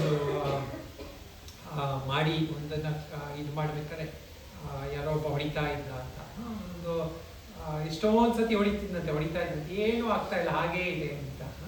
ಆಮೇಲೆ ಒಂದು ಪಾಯಿಂಟಲ್ಲಿ ಅದು ಒಂದು ಕ್ರ್ಯಾಕ್ ಆಯ್ತಂತೆ, ಆಮೇಲೆ ಇಮಿಡಿಯೇಟ್ ಎಲ್ಲ ಬಿದ್ದೋಯ್ತು ಅಂತ. ಹಾಗೆ ನಮ್ದು ಇದು ಎಷ್ಟೊಂದು ವಾಸನೆಗಳದ್ದು ಹಾಗೆ ಕ್ಷಯ ಆಗ್ತದೆ. ಪ್ರಯತ್ನ ಮಾಡ್ತಾ ಇರ್ಬೇಕು. ಬಟ್ ಇಂಪಾರ್ಟೆಂಟ್ ಪಾಯಿಂಟ್ ನೀವು ಸತ್ಸಂಗದಲ್ಲಿ ಹೇಳ್ತಲ್ವ, ಸತ್ಸಂಗ ಏನಂದ್ರೆ ಅದು ನಮ್ಮ ಜ್ಞಾನ ರೂಪ, ನಮ್ಮ ಜ್ಞಾನದ ಸ್ವರೂಪವನ್ನು ಅದು ಅವೇಕನ್ ಮಾಡ್ತಾ ಇರುತ್ತೆ. ಸೊ ನಿಜವಾದ ಫ್ರೀ ವಿಲ್ ಅಂತ ಹೇಳ್ತೀವಿ ಅಲ್ಲ, ಆ ಫ್ರೀ ವಿಲ್ ಅದು ಒಂಥರ ರಾಂಗ್ ಕಾನ್ಸೆಪ್ಟ್. ಅದು ವೆಸ್ಟರ್ನ್ ಇದರಲ್ಲಿ ಫ್ರೀ ವಿಲ್ ಅಂತ ಹೇಳ್ತೀವಿ ನಾವು. ನಮ್ಮ ಇದರಲ್ಲಿ ಇದು ಪುರುಷಾರ್ಥ ಅಂತ. ಪುರುಷಾರ್ಥ ಅಂದರೆ it is always against some resistance. ಏನೋ ಒಂದು ಸಿಚುವೇಶನ್ ಕಷ್ಟ ಅದು ಬಂದಿದೆ, ಅದರಲ್ಲಿ ನೀವು ಎಫರ್ಟ್ ಮಾಡ್ತಾ ಇದ್ದೀರಾ ಅಂತ. ಸೊ ಇಟ್ ಈಸ್ ಆಲ್ವೇಸ್ ಒಂಥರ ಅಗೇನ್ಸ್ಟ್ ದ ಲಿಮಿಟೇಷನ್. ಅವ್ರ ವೆಸ್ಟರ್ನ್ ಕಾನ್ಸೆಪ್ಟ್ ಫ್ರೀ ವಿಲ್ ಏನಂದರೆ ಅಬ್ಸಲ್ಯೂಟ್. ನನ್ಗೆ ಏನು ಇಚ್ಛೆ ಇದೆಯೋ ಅದು ಮಾಡಬೇಕು. ಅದು ಆಲ್ಮೋಸ್ಟ್ ಇಂಪಾಸಿಬಲ್. ಯಾಕಂದರೆ ನನ್ನ ಇಚ್ಛೆ ಇದ್ದರೆ ನಿಮ್ಮ ಇಚ್ಛೆನೂ ಇರಬೇಕು ಅಲ್ವಾ. ಈಗ ಇಬ್ಬರು ನೀವು ಯಾರೋ ಒಬ್ರು ಗಾಡಿಯಲ್ಲಿ ಕೂತಿದ್ದೀರಾ, ಒಬ್ಬರಿಗೆ ಮೂವಿ ನೋಡ್ಬೇಕಂತಿರತ್ತೆ, ಇನ್ನೊಬ್ಬಂಗೆ ದೇವಸ್ಥಾನಕ್ಕೆ ಹೋಗ್ಬೇಕಂತಿರತ್ತೆ, ಒಂದೇ ಗಾಡಿಯಲ್ಲಿ ಹೋಗ್ತಿದ್ದೀರಾ, ಇಬ್ರಿಗೂ ಫ್ರೀ ವಿಲ್ ಇದ್ರೆ ಹೇಗಾಗತ್ತೆ ಅದು ಸಾಧ್ಯ? So absolute free will is ಒಂಥರ ಅದು ಪಾಸಿಬಿಲಿಟಿನೇ ಇಲ್ಲ ಈ ಪ್ರಕೃತಿಯಲ್ಲಿ. ನಮಗೆ ನಮ್ಮ ಮಾನಸಿಕದಲ್ಲಿ ಹಾಗೆ ಭ್ರಮೆ, ಅದು ನನ್ನಲ್ಲಿ ಆ ಕರ್ತಭಾವನೆ ಇದೆ, ಅದಕ್ಕೆ ಏನು ಮಾಡೋದು? ಅದಕ್ಕೆ ನಮ್ಮ ಆಧ್ಯಾತ್ಮಿಕದಲ್ಲಿ ಶರಣಾಗತಿ ಏನಂದರೆ ಈ ಕರ್ತೃತ್ವವನ್ನು ತ್ಯಾಗ ಮಾಡೋದು. ಅದರಲ್ಲಿ ನೀವು ಇನ್ನೊಂದು ಪಾಯಿಂಟ್ ಹೇಳಿದ್ರೆ ಅದು ಭಾಳ ಇಂಪಾರ್ಟೆಂಟ್. ಏನು, ಯಾರಾದರೂ ಗುರುಗಳು ಅಥವಾ ಯಾವುದಾದ್ರೂ ಒಂದು ಸಂಪ್ರದಾಯ, ಅದರದ್ದು ನಾವು ಶರಣಾಗತಿ ತಗೊಳ್ಳೋದು. ಅದರಲ್ಲಿ ಏನಾಗುತ್ತೆ, ಈ ಅಹಂಕಾರದ್ದು ಕರ್ತೃತ್ವ ಭಾವನೆ ಇದೆಯಲ್ಲ, ಇದರಲ್ಲಿ ಏನು, ಇದು ಅಬ್ಸಲ್ಯೂಟ್ ಫ್ರೀ ವಿಲ್. ತನಗೆ ಏನು ಇಷ್ಟ ಇದೆ, ಏನಿದೆ ಅದ್ರ ಪ್ರಕಾರ ಹೋಗುತ್ತೆ. ಅದು ಬೇರೆಯವ್ರ ಬಗ್ಗೆನೂ ಅಷ್ಟೊಂದು ಯೋಚನೆ ಮಾಡೋಲ್ಲ. ಯೋಚನೆ ಮಾಡಿದ್ರೆ ಅಟ್ಲೀಸ್ಟ್ ಜಸ್ಟ್ ನಮ್ಮ ಫ್ಯಾಮಿಲಿ ಅಥವಾ ಯಾವುದಾದ್ರು ನಮ್ಮದೊಂದು ಕಮ್ಯುನಿಟಿ ಅಷ್ಟೇ. ಸೊ ಅದು ಯಾವಾಗಲೂ ಏನಾದ್ರು ಲಿಮಿಟೆಡ್ ಆಗಿ ಇರುತ್ತೆ. ರೈಟರ್ ನಮ್ಮ ಸ್ನೇಹಿತರು ಜೊತೆ ಮಾತಾಡ್ತಿದ್ದೆ, ಭಗವಂತ ಅಂತ ಇದ್ಮೇಲೆ ಈ ಸುಖ ದುಃಖಗಳು ಕಷ್ಟಗಳು ಯಾಕೆ, ಎಲ್ಲರಿಗೂ ಒಳ್ಳೆಯದು ಮಾಡ್ಬೋದು. ಅದಕ್ಕೆ ಅವ್ರು ಚೆನ್ನಾಗಿ ಹೇಳ್ತಾರೆ, ನೋಡಪ್ಪ ಇಟ್ಸ್ ಲೈಕ್ ಎನ್ ಇಂಡಸ್ಟ್ರಿ ಆಯ್ತಾ, ಒಂದು ಸ್ಟಾರ್ಟ್ ಮಾಡಿದಾನೆ. ಈ ಮಾಯ ಅನ್ನೋದು ಏನಿದೆಯಲ್ಲ ಅದಕ್ಕೆ ಹೀಗೆ ನಡಿಬೇಕಿಲ್ಲ. ಯಾರೋ ಒಬ್ಬ ಟೋಪಿ ಹಾಕೋತಾನೆ ಅಂದರೆ ಮಾಡುವಂತ ಉತ್ತೇಜನ ಕೊಡುತ್ತದೆ. ನೀವು ಕೇಳಿ ತಕ್ಷಣ ನಿಮಗೆ ಪ್ರೊವೋಕ್ ಮಾಡ್ಬಿಡುತ್ತೆ, ಮಾಡೋ that's law of nature which is happening. But ನೀವೊಂದು ವರ್ಡ್ ಯೂಸ್ ಮಾಡಿದ್ರಿ, ಅವೇರ್ನೆಸ್ ಅಂತ. ನಿಮ್ಮಲ್ಲಿ ಆ ಒಂದು ಜಾಗೃತ ಆಗಿ ಅದು ಅವೇರ್ನೆಸ್ ಬಂದು ಇದು ಸರಿ ತಪ್ಪು ನಾನು ಮಾಡ್ತಾ ಸರಿಯಾಗಿ ಇರುವಂಥ ಪಾತಲ್ಲಿ ಹೋಗಬೇಕು ಅಂತ ನೀವು ಕಂಟಿನ್ಯೂಸ್ ಆಗಿ ಟ್ರೈ ಮಾಡ್ತಾ ಇದ್ದಾಗ ಅದಕ್ಕೆ ಪೂರಕವಾಗಿರುವಂಥ ಸಂಸ್ಕರಣೆಗಳು ಬಂದ್ಬಿಡುತ್ತೆ. ಅದರ್ ಎಕ್ಸಾಂಪಲ್ ಇಸ್ ಲೈಕ್ ಇವು ತುಂಬ ಜನಕ್ಕೆ ಕಳಿಸೋದು, ಬಟ್ ಒಂದಷ್ಟು ಜನ ಅನ್ನೋದು ಅಷ್ಟೇ ಕೆಲವೊಂದು ರೀತಿಯಲ್ಲಿ ಅದೊಂದು ಸ್ಮಾಲ್ ಇದು ಟ್ರಿಗರ್ ಆಗಿದೆ. ಓಕೆ ಸಂಬಳಿ ಪಾತಲ್ಲಿ ಹೋಗೋಣ ಅನ್ನುವಂಥ ಒಂದು. ಆಮೇಲೆ ಏನಾಗುತ್ತೆ, ಕಡೆಗೆ ಅದು ಈಗ ಐಸ್ ಬ್ರೇಕ್ ಆಗುತ್ತೆ ಅಂತೆಲ್ಲ ಆಗಿದೆ. ಅದು ನಮ್ಮ ಆತ್ಮದ ಸುತ್ತಲ ಅದೇನು ಲೇಯರ್ಸ್ ಮಾಡ್ಕೊಂಡು ಆ ಲೇಯರ್ಸ್ ಚುಚ್ಚುರೇ ಹೋಗ್ಬೇಕು. ಶುದ್ಧ ಸ್ಫಟಿಕ ಇದನ್ನು ಮುಟ್ಟಬೇಕು ಅಂದರೆ ಈ ಲೇಯರ್ಸ್ ಹೋಗ್ತಾ ಇರಬೇಕು. ಅದು ಹೋದಾಗ ಅದು ಫೈನಲ್ ಆಗಿ ಬಿಟ್ಕೊಡು. ಅವಾಗವರೆಗೂ ಅದು ತುಂಬ ಇದಾಗೋವರೆಗೂ ಅದು ಸರಿ ಸರಿ ಬಿಟ್ಕೊಡೋದು. ಅದು ನಿಮಗೆ other side of the life ಚೆನ್ನಾಗಿ ಕಾಣ್ತೀವಿ. ತಾವು ಒಂದು ಹೇಳಿದ್ರೆ, ಒಂದು ನಾಯಿ ನಮ್ಮನ್ನು ಬೊಗಳುತ್ತೆ, ನಮಗೆ ದ್ವೇಷ ಇಲ್ಲ, ಅಯ್ಯೋ ಅದು ಬೊಗಳುತ್ತೆ ಅಲ್ವಾ, ಹಾಗೆ. ಅದೇ ಥರ ಒಂದು ಮಗು ನಮಗೇನೋ ಹೊಡೆಯುತ್ತೆ ಅಥವಾ ಮಗು ಏನೋ ಕೆಟ್ಟ ಮಾತು ಉಪಯೋಗಿಸುತ್ತೆ, ಯಾವಾಗ ಮಗು ತಾನೇ ಅಂತ ಬಿಡ್ತೀವಿ. ಅದೇ ಬೇರೆ ವ್ಯಕ್ತಿ ಮಾಡಿದ್ರೆ we are not able to, ಅವರಿಗೆ ನಾವು ಇದು ಕ್ಷಮೆ ಕೊಡಲ್ಲ. ಓಕೆ, ಆದರೆ ನಾವೇ ಬೇರೆಯವ್ರಿಗೆ ಜೋರು ಮಾಡುವಾಗ ಅಥವಾ ಮಾಡುವಾಗ ಅವನು ಮಾಡ್ದ ಅಂತ ನಮಗೆ ಅವನ ಮೇಲೆ ಕೋಪ, ಆದರೆ ನಾವೇ ಅವನ ಮೇಲೆ ಮಾಡ್ತಾರಲ್ಲ ನಮ್ಗೆ ಅದು ಅವೇರ್ನೆಸ್ ಇರಲ್ಲ. When I am trying to scold somebody and or when I get angry and, ಅದು ನನಗಿಲ್ಲ. ಸೊ ನೀವು ಹೇಳೋದು ಜ್ಞಾನದಿಂದ ಇದು ಅವೇರ್ನೆಸ್ ಬರುತ್ತೆ ನನಗೆ. ಬೈ ನಾಲೆಡ್ಜ್ ಐ ವಿಲ್, ನಾನು ಹೇಳ್ತೀನಿ ನೋಡು ನಾನು ಅವನ ಮೇಲೆ ಕೋಪ ಮಾಡಿಕೊಂಡೆ, ಹೌದಾ, ಈಗ ನಾನು ತಿರುಗಿ ಅದೇ ಥರ ಅವನು ನನ್ನ ಮೇಲೆ ಕೋಪ ಮಾಡ್ಕೊಂಡ ಅಂತ ನನಗೆ ಕೋಪ ಬಂತು, ನಾನು ಹಾಗೆ ಮಾಡಿದ್ರೆ ನನಗೆ ಅವ್ನಿಗೆ ಏನು ವ್ಯತ್ಯಾಸ? So I should be, I increase my knowledge and I will be aware of it ಅಂತ ಅಂದ್ರೆ ಅದು ನಮ್ಮ ಜವಾಬ್ದಾರಿ. ಯಾರ್ಯಾರೆಲ್ಲ ಸ್ವಲ್ಪ ಸಾಧನೆ ಮಾಡಕ್ ಪ್ರಯತ್ನ ಮಾಡ್ತಾ ಇದ್ದೀವಿ, ಯಾವಾಗ್ಲೂ ನಾವು ಆದಷ್ಟು ಅವೇರ್ನೆಸ್ ಇಟ್ಕೊಬೇಕಂದ್ರೆ ನಮ್ಮ ಬೇರೆಯವರು ಮಾಡ್ತಾ ಇರೋ ತಪ್ಪಿದೆಯಲ್ವಾ, ಅದು ಅವರು ಅಜ್ಞಾನವಶವಾಗಿ ಮಾಡ್ತಾ ಇದ್ದಾರೆ ಎಷ್ಟೊಂದು ಸತಿ. ಅವ್ರಿಗೆ ಆ ತಿಳುವಳಿಕೆ ಅಷ್ಟೊಂದು ಇರಲ್ಲ. ಸೊ ನಾವು ಅವ್ರ ಲೆವೆಲ್ಗೆ ಹೋದ್ರೆ ಸರಿಯಲ್ಲ ಅವಾಗ. ಸೊ ಮತ್ತೆ ನಾವು ಇನ್ನೊಂದೇನಂದ್ರೆ ಅವ್ರು ಮಾಡ್ತಿರೋ ತಪ್ಪಲ್ಲಿ ನೀವು ಹೇಳಿದೀನಿ ಇನ್ನೊಂದು ಪಾಯಿಂಟ್, ನಮ್ಮನ್ನು ನಾವು ಹಾಗೆ ನೋಡ್ಕೊಬಹುದು. ನಾನು ಎಷ್ಟೊಂದು ಸತಿ ಮಾಡ್ತಾ ಇದ್ದೀನಿ, ಇದು ಅಜ್ಞಾನದಿಂದ ಬರ್ತಾ ಇದೆ ಅಂತ. ಸೊ ನಾನು ಎಷ್ಟೊಂದು ಮತ್ತೆ ಬೇರೆಯವ್ರಿಗೆ ಕ್ಷಮೆ ಮಾಡೋದು ಇದೆಯಲ್ಲ, ಇದು ನಾವು ಹಾಗೆ ಯೋಚಿಸ್ಬೇಕು. ಎಷ್ಟೊಂದು ಸತಿ ನಾನು ಅಜ್ಞಾನದಿಂದ ಎಷ್ಟೊಂದು ತಪ್ಪು ಮಾಡಿದ್ದೀನಿ. ಸೊ ಅದಕ್ಕೆ ಇದು ಇಂಟ್ರಾಸ್ಪೆಕ್ಷನ್ ಎಲ್ಲ ಒಳ್ಳೇದು. ನಮಗೆ ನಾನು ತಪ್ಪು ಮಾಡಿದ್ದೀನಿ ಎಷ್ಟೊಂದು ಸತಿ, ಸೊ ಬೇರೆಯವರು ಹಾಗೆ ಅಂತ. ಬಟ್ ಅದೇ ಮುಖ್ಯವಾಗಿ ಏನಂದ್ರೆ ಅದು ನೋಡಿ, ನಾನು ಉದಾಹರಣೆ ಕೊಟ್ಟಿದ್ದೇನು, ಅದು ನಾಯಿ ಅದು ತನ್ನ ಸ್ವಭಾವ, ಅದು ಅಂದ್ರೆ ಅದು ತನ್ನ ಇನ್ಸ್ಟಿಂಕ್ಟ್. ಜನರು ಈಗ ಎಷ್ಟೊಂದು ಸತಿ ಅದ್ರ ಪ್ರಕಾರನೇ ಹೋಗ್ತಾ ಇರ್ತಾರೆ ಸಂಸಾರದಲ್ಲಿ.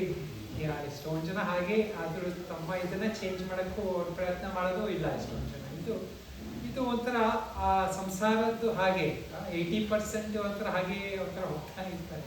ಬಟ್ ಆ ಸಮಯದಲ್ಲಿ ನಾವು ಅದನ್ನ ನಮ್ಮಲ್ಲೂ ಆ ಸ್ವಭಾವ ಇದೆ ಹಾಗೆ, ಅದು ಎಲ್ಲೋ ಒಂದು ಕಡೆಯಲ್ಲಿ ಇರುತ್ತೆ. ಅದನ್ನು ನಾವು ಇಂಟ್ರಾಸ್ಪೆಕ್ಟ್ ಮಾಡಬೇಕು, ಎಲ್ಲೋ ನನ್ನಲ್ಲೂ ಅದನ್ನು ಹಾಗೆ ಚೇಂಜ್ ಮಾಡಬಹುದು. ಆ ಜ್ಞಾನ ಬರೋದು ಹೇಗೆ? ಆ ಜ್ಞಾನ ಬರೋದು ಇದೆಲ್ಲ ಸ್ವಲ್ಪ ಬರೀ ಶಾಸ್ತ್ರ ಕಲಿಯೋದು ಮಾತ್ರ ಅಂತಲ್ಲ. ನಮ್ಮ ಒಂಥರ ಜ್ಞಾನ ಅಂದ್ರೆ ಇದು ಎರಡು ತರದಲ್ಲಿ ಜ್ಞಾನ. ಒಂದು ಜ್ಞಾನ ಇದು ಪರೋಕ್ಷವಾಗಿ ಪ್ರಾಪ್ತ ಮಾಡೋದು ಶಾಸ್ತ್ರದಿಂದ, ಇನ್ನೊಂದು ನಾವು ನಮ್ಮನ್ನೇ ನೋಡೋದು, ಆ ಪರೋಕ್ಷವಾಗಿ ನೋಡೋದು, ಮನನ ಚಿಂತನೆ ಸ್ವಾಧ್ಯಾಯ ಮಾಡಿ ಪ್ರಾಪ್ತ ಮಾಡೋದು. ಇದು ಮುಖ್ಯ ಪರ್ಪಸ್ ಇದು ಅದಕ್ಕೆ ನಾವು ಇದೆಲ್ಲ ಟೂಲ್ಸ್ ತಗೊಂತಾ ಇದ್ದೀವಿ. ಇವತ್ತು ನಾನು ಕೊಡ್ತಾ ಇರೋದು ಇದು ನಿಮ್ಗೆ ಒಂಥರ ಜಸ್ಟ್ ಪರೋಕ್ಷವಾಗಿ ಬರ್ತಾ ಇದೆ.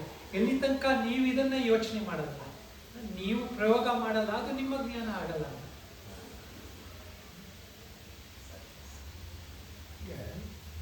ಈ ಸಮಾಜ ಅಥವಾ ಸಂಸಾರದ ಇದೆಯಲ್ಲ ಮೋಹಬಂಧ, ಈಗ ಇಟ್ಕೊಂಡು ಗೃಹಸ್ಥಾಶ್ರಮದಲ್ಲಿ ನಾವು ಕರ್ಮ ಬಂಧನದಿಂದ ಮುಕ್ತಿ ಇದು ಸಾಧ್ಯ, ಅಥವಾ ನಾವು ಇದು ಆಶ್ರಮ ವ್ಯವಸ್ಥೆ ಪ್ರಕಾರ ಗೃಹಸ್ಥಾಶ್ರಮದಲ್ಲಿ ನೆಕ್ಸ್ಟ್ ಆಶ್ರಮದಲ್ಲೇ ಮಾಡಬೇಕಾ, ಅಥವಾ ಗೃಹಸ್ಥಾಶ್ರಮದಲ್ಲೂ ಸಾಧ್ಯ ಮುಕ್ತಿ ಮುಕ್ತಿ ನೋಡಿ, ಅದಕ್ಕೆ ನೀವು ಪೂರ್ವ ವೇದಾಂತ ಇದೆಲ್ಲ ನೋಡಿದ್ರೆ ಎಲ್ಲರದ್ದು ಒಂಥರ ಸನ್ಯಾಸ ಮಾರ್ಗದಲ್ಲೇ ಅಂದ್ರೆ ಆಶ್ರಮದ ಮುಚ್ಚಿಕೊಂಡು ಹೋಗ್ಬೇಕು ಅಂತ ಹೇಳ್ತಿದ್ರು.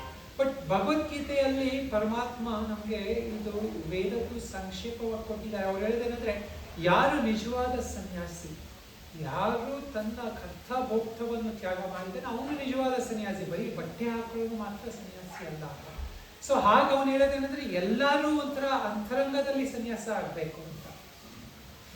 ಸೊ ಇದು ಗೃಹಸ್ಥಾಶ್ರಮ ಅಂತ ನಾವು ಇದು ಜಸ್ಟ್ ಇದು ಆಶ್ರಮದ್ದು ವಿವಿಧ ಮಾಡೋದಕ್ಕೆ ಹೇಳ್ತೀವಿ. ಇದು ಔಟರ್ ಧರ್ಮದಲ್ಲಿ ಗೃಹಸ್ಥರಿಗೆ ಎಷ್ಟೊಂದು ಇದಿದೆ, ಅಂದ್ರೆ ನಿಯಮಗಳು ಇರುತ್ತೆ. ಸನ್ಯಾಸಿಗೂ ನಿಯಮ ಇದೆ. ನೀವು ಇದು ಬೇರೆ ಆಶ್ರಮದವ್ರಿಗೆ ಹೆಲ್ಪ್ ಮಾಡೋದಕ್ಕೆ, ಯಜ್ಞ ಮಾಡೋದಕ್ಕೆ, ಪಂಚಮಹಾಯಜ್ಞ ಇದೆಲ್ಲ ಏನಂತರ ಹೇಳ್ತಾರೆ, ಅಂದ್ರೆ ಇದು ಸಮಾಜವನ್ನು ಇದು ಮಾಡೋದಕ್ಕೆ. ಬಟ್ ನಿಜವಾದ ಮುಕ್ತರಾಗೋದು ಯಾರು? ತಮ್ಮ ಕರ್ತಭೋಕ್ತವನ್ನು ತ್ಯಾಗ ಮಾಡಿದವರು, ಅದು ನಿಜವಾದ ಸನ್ಯಾಸಿ. ಆ ಸನ್ಯಾಸಿ ಯಾರು ಬರೀ ಬಟ್ಟೆ ಹಾಕಿದ ಒಂದು ಸನ್ಯಾಸಿ ಮಾತ್ರ ಅಲ್ಲ, ಎಲ್ಲರಿಗೂ ಅದು that is the highest stage. ನಾವೀಗ ಜೀವನ್ ಮುಕ್ತರು ಅಂತ ಹೇಳ್ತೀವಿ ಅಲ್ಲ. ಸೊ ಇದು ಯಾರೊಬ್ರು ನೀವು ಹೇಳ್ತಾ ಇದ್ರು ಒಂದು ಪ್ರಶ್ನೆ, ಇದು ಒಂದು ಪಾಯಿಂಟಿಗೆ ನಾನು ಹೇಳ್ತೀನಿ. ನಿಜವಾಗ್ಲೂ ಇದು ನಾವು ಸುಖ ದುಃಖ ಅಂತ ಹೇಳ್ತೀವಿ ಅಲ್ಲ. ಸೊ ಸುಖ ದುಃಖ ಒಂದು ಅನುಭವ, ಹೌದು. ಶಾರೀರಿಕವಾಗಿ ಈಗ ನನಗೆ ಏನೋ ಒಂದು ಹೆಲ್ತ್ ಪ್ರಾಬ್ಲಮ್ ಇದೆ, ದುಃಖ ಶಾರೀರಿಕವಾಗಿ ಆಗ್ತಾ ಇದೆ. ಬಟ್ ನಿಜವಾದ ಸುಖ ದುಃಖ ಅಂತ ಹೇಳ್ತೀವಿ ಅಲ್ಲ, ಅದು ಯಾರು ಜೀವನ್ಮುಕ್ತರಾಗಿದ್ದಾರೆ, ಬೇರೆಯವರು ನೋಡಿದ್ರೆ ಅವ್ರಿಗೆ ಅನ್ಸುತ್ತೆ ಅವರು ದುಃಖದಲ್ಲಿ ಇರ್ಬೋದು ಅಂತ. ಈಗ ನಾವು ಎಷ್ಟೊಂದು ಜನ, ಈಗ ರಮಣ ಮಹರ್ಷಿ, ರಾಮಕೃಷ್ಣರು ಅವರ ಉದಾಹರಣೆ ನೋಡಿದ್ರೆ ಅವ್ರಿಗೆಲ್ಲ ಸಾಯೋ ಸಮಯದಲ್ಲಿ ಕ್ಯಾನ್ಸರು ಇದೆಲ್ಲ ಆಗಿತ್ತು. ಸೊ ಅವರು ನಿಜವಾದ ದುಃಖದಲ್ಲಿ ಇದ್ದೀರಾ? ಸೊ ಅದು ಹೇಳ್ತೀವಿ ಅಲ್ಲ, ಅದು ಶಾರೀರಿಕವಾಗಿ ದುಃಖ ಅಂತ ಅನಿಸುತ್ತೆ. ಸೊ ಇದು ನಿಜವಾದ ಕರ್ಮ ಬಂಧನದ ಮುಕ್ತಿ ಏನು ಅಂದರೆ ಪರಿಸ್ಥಿತಿಯಿಂದ ಮುಕ್ತಿ ಅಲ್ಲ. ನಾವು ಅನ್ಸುತ್ತೆ ಇದು ನಾನು ಪರಿಸ್ಥಿತಿ ಆಗಿದ್ರೆ ಏನು ಅನ್ಸುತ್ತೆ, ನಾವು ಎಲ್ಲರಿಗೂ ಒಂಥರ ಬಿಲಿಯನೇರ್ ಆಗಿದ್ರೆ ಸುಖ ಅನುಭವಿಸ್ತಿದ್ವಿ ಅಂತ. ಬಟ್ ನಿಜವಾಗಿ ಬಿಲಿಯನೇರ್ ಆಗೋರಿಗೆಲ್ಲ ಸುಖ ಆಗ್ತಾ ಇದೆಯಾ?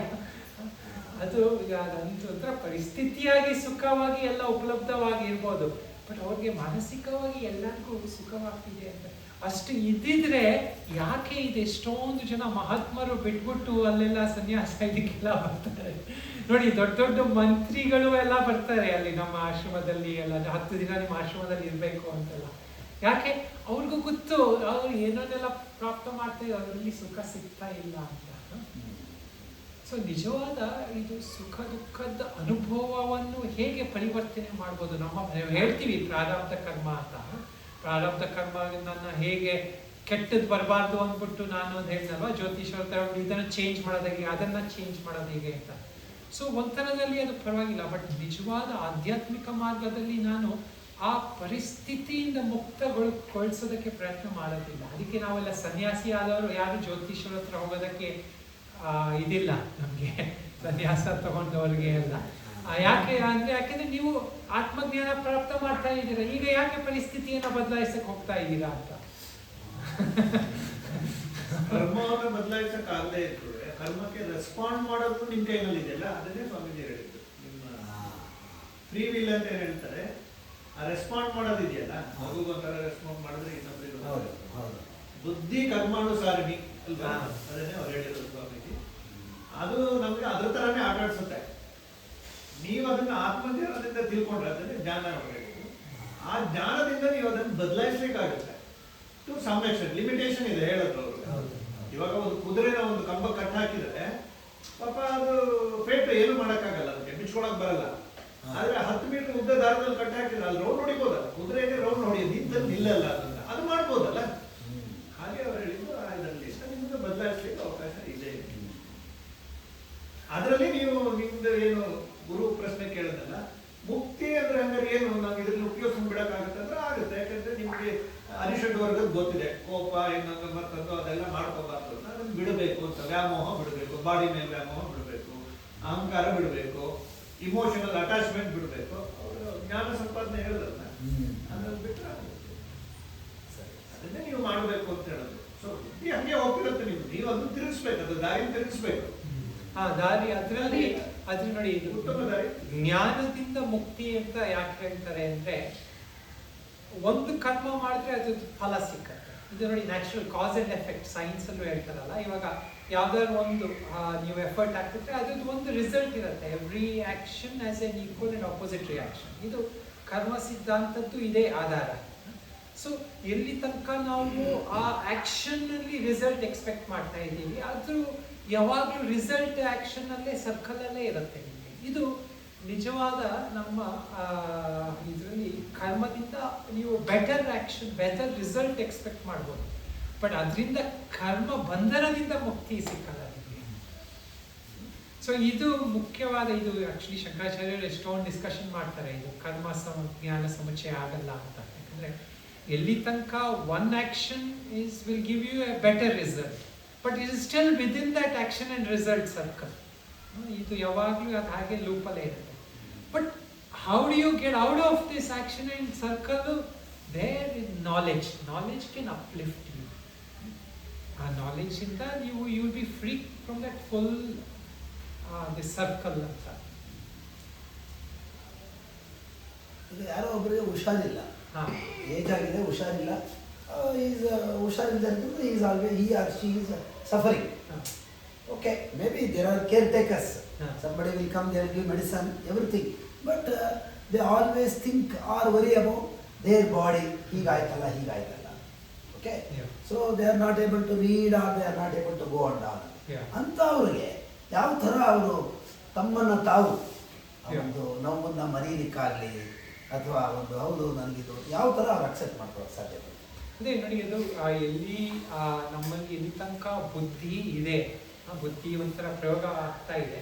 ಅಲ್ಲಿ ತನಕ ಮಾತ್ರ ನಾವು ನಿಜವಾದ ನಮ್ಮ ಜ್ಞಾನ ಸಂಪಾದನೆ ಮಾಡೋದಕ್ಕೆ ಎಫರ್ಟ್ ಹಾಕ್ಬೋದು. ಎಲ್ಲಿ ಈಗ ಎಷ್ಟೊಂದು ಜನ ಒಂದೊಂದ್ಸತಿ ನಾವು ಇನ್ನೊಂದು ಮುಂಚೆ ಆಶ್ರಮದಲ್ಲಿ ಇದ್ದಾಗ ನಾನು ಎಷ್ಟೊಂದು ಜನ ಎಲ್ಲ ಹೋಗ್ತಾ ಇದ್ದೆ ಹಾಸ್ಪಿಟಲ್ ವಿಸಿಟ್.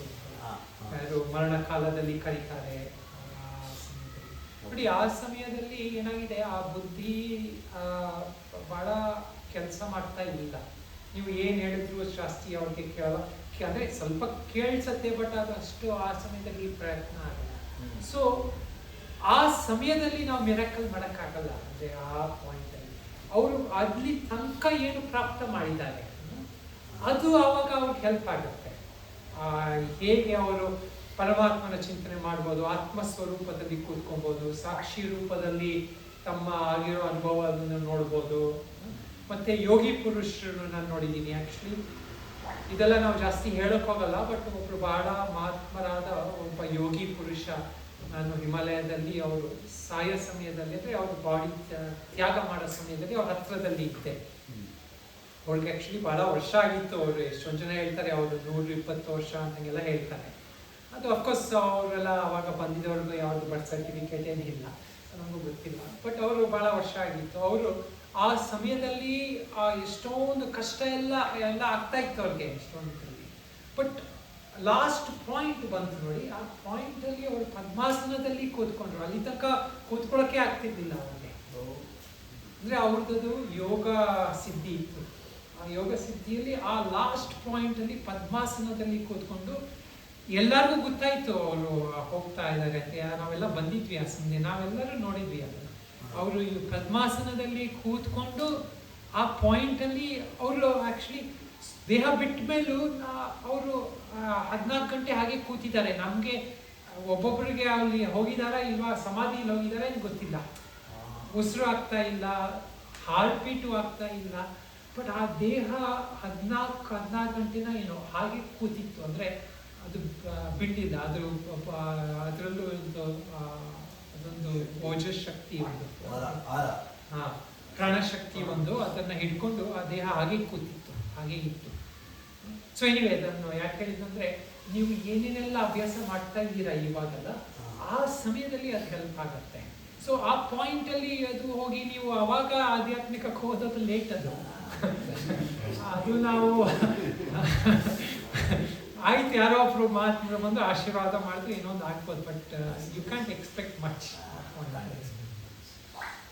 ಸ್ವಾಮಿಗಳೇ, ಇವಾಗ ತುಂಬಾ ವಾನಪ್ರಸ್ಥದವ್ರು ತುಂಬಾ ಜನ ಇದ್ದಾರೆ. ಇದ್ರು ಮಾತ್ರ ಎಕ್ಸ್ಪ್ರೆಸ್ ಕಾಣ್ತಾ ಇದ್ದಾರೆ. ವಾನಪ್ರಸ್ಥದವ್ರಿಗೆ ಹೇಗೆ ಅಂತಂದ್ರೆ ಇದೊಂಥರ ಭಗವತ್ ಚಿಂತನೆ ಮೇಲೆ ಕಳಿಬೇಕು. ಅಟ್ಯಾಚ್ಮೆಂಟ್ ಕಡಿಮೆ ಮಾಡ್ಕೊಂಡು ಭಗವತ್ ಚಿಂತನೆ, ಈ ಲೌಕಿಕ, ಈ ಪ್ರಪಂಚ ಅದು ನಾವೇನು ಚೇಂಜ್ ಮಾಡಕ್ ಆಗಲ್ಲ, ನಡೀತಾ ಇದ್ದಾರೆ. ಅದರಿಂದ ವಾನಪ್ರಸ್ಥದವರಿಗೆ ಒಂದೆರಡು ಮಾತು, ಮತ್ತು ಯಂಗ್ಸ್ಟರ್ಗಳು ಇಬ್ರು ಇದ್ದಾರೆ, ಅವ್ರು ಕ್ವಶನ್ ಕೇಳ್ತಿಲ್ಲ, ಅವ್ರಿಗೊಂದೆರಡು ಮಾತು ಹೇಳಿ.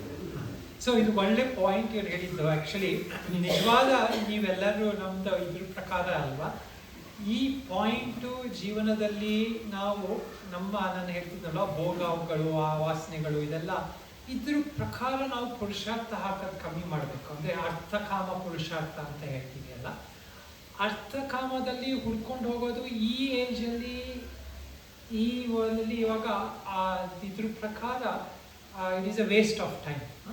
ನಿಮ್ಮ ಮನೆಯಲ್ಲಿ ಯಾವ ಮನೆ ಇದೆ ಅದರಲ್ಲಿ ಅಡ್ಜಸ್ಟ್ ಮಾಡ್ಕೊಳ್ಳಿ. ಇನ್ನೊಂದು ಎಲ್ಲೋ ಒಂದು ಪ್ಯಾಲೇಸ್ ಬೇಕು ಅಂತ ಈ ಏಜಲ್ಲಿ ಮಾಡ್ಕೊಳಕ್ಕೆ ಹೋಗ್ಬೇಡಿ. ಮುಂಚೆ ಮಾಡಿದ್ರೆ ಪ್ಯಾಲೇಸಲ್ಲಿ ಹೋಗಿ ಬೇಕಾದ್ರೆ, ಬಟ್ ಈ ಏಜಲ್ಲಿ ಅದು ಯಾಕೆ, ಇದು ಏಜಲ್ಲಿ ನೀವು ಧರ್ಮ ಮೋಕ್ಷಕ್ಕೆ ನೀವು ಪ್ರಯತ್ನ ಮಾಡಬೇಕು, ಆದಷ್ಟು ಎಫರ್ಟು. ಇದು ನಮ್ಮ ಶಾಸ್ತ್ರದಲ್ಲಿ ಕೊಟ್ಟಿರೋದು.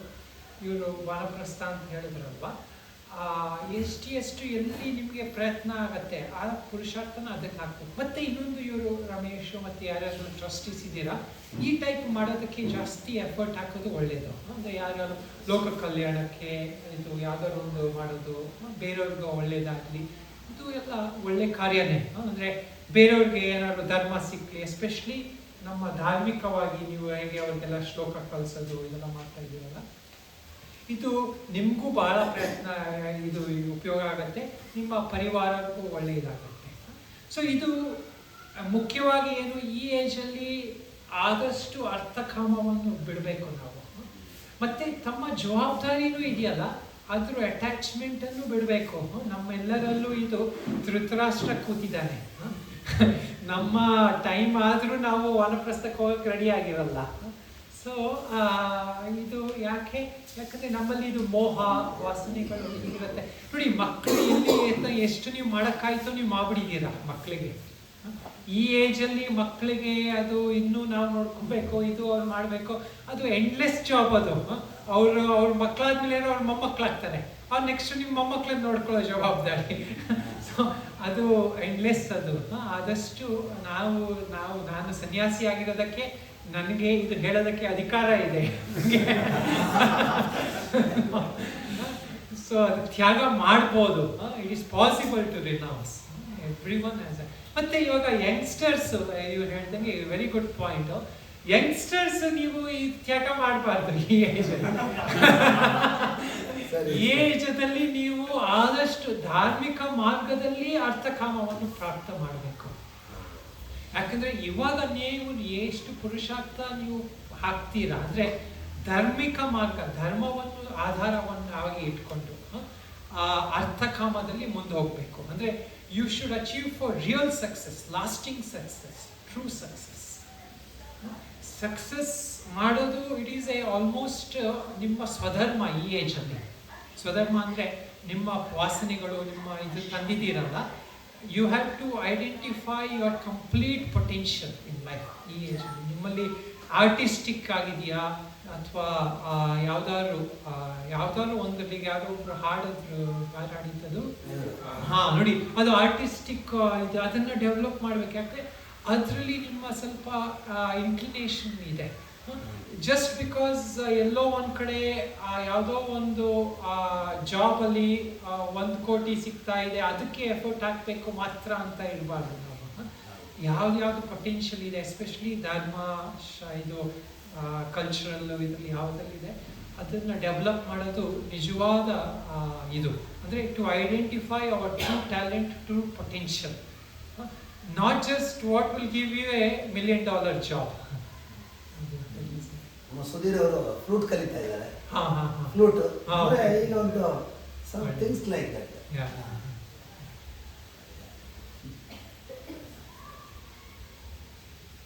ಇದು ಒಂದು ತಾವು ಹೇಳಿದ್ರಲ್ಲ ಅವತಾರ, ಭಗವಂತ ಅವನ ಅದೊಂದು ದಾರಿ ಬರೋಂತ ಮಾತಾಡಿದ್ರೆ, ಅವತಾರ ಅಂದ ಮಾತ್ರಕ್ಕೆ ಭಗವಂತ ಬರ್ತಾನೆ ಹಾಗೆ ಅಂತಲೇ ಇದಿಲ್ಲ. ಸೊ ಅದೊಂದು ಸ್ವಲ್ಪ ಜಸ್ಟ್ ಸಂಕ್ಷೇಪವಾಗಿ ಹೇಳ್ತೀನಿ. ಇದು ಬಹಳ ಒಂಥರ ಎಷ್ಟೊಂದ್ಸಲಿ ಶಾಸ್ತ್ರದಲ್ಲಿ ನಮಗೆಲ್ಲ ಗೊತ್ತಿತ್ತು ಶ್ಲೋಕನೇ. ಯದಾ ಯದಾ ಹಿ ಧರ್ಮಸ್ಯ ಗ್ಲಾನಿರ್ಭವತಿ ಭಾರತ ಅಭ್ಯುತ್ಥಾನಂ ಅಧರ್ಮಸ್ಯ ತದಾತ್ಮಾನಂ ಸೃಜಾಮಿ. ಸೊ ಇದು ಜನರಲಿ ಏನ್ ಅನ್ಕೊಂತಾರೆ ಜನರು, ಆ ಭಗವಂತ ಅವತಾರವಾಗಿ ಬಂದು ಧರ್ಮವನ್ನು ರಕ್ಷಣೆ ಮಾಡ್ತಾನೆ ಅಂತ. ಸೊ ಇದು ನಾರ್ಮಲ್ ಕಾನ್ಸೆಪ್ಟ್. ಹಾಗಿದ್ರೆ ಏನು, ನಾವು ಭಗವಂತ ನೆಕ್ಸ್ಟ್ ಕಲ್ಕಿಯಾಗಿ ಬರ್ತಾನೆ ಅವಾಗ ತನಕ ವೆಯ್ಟ್ ಮಾಡಬೇಕು ಅಂತ ಜನರಿಗೆ.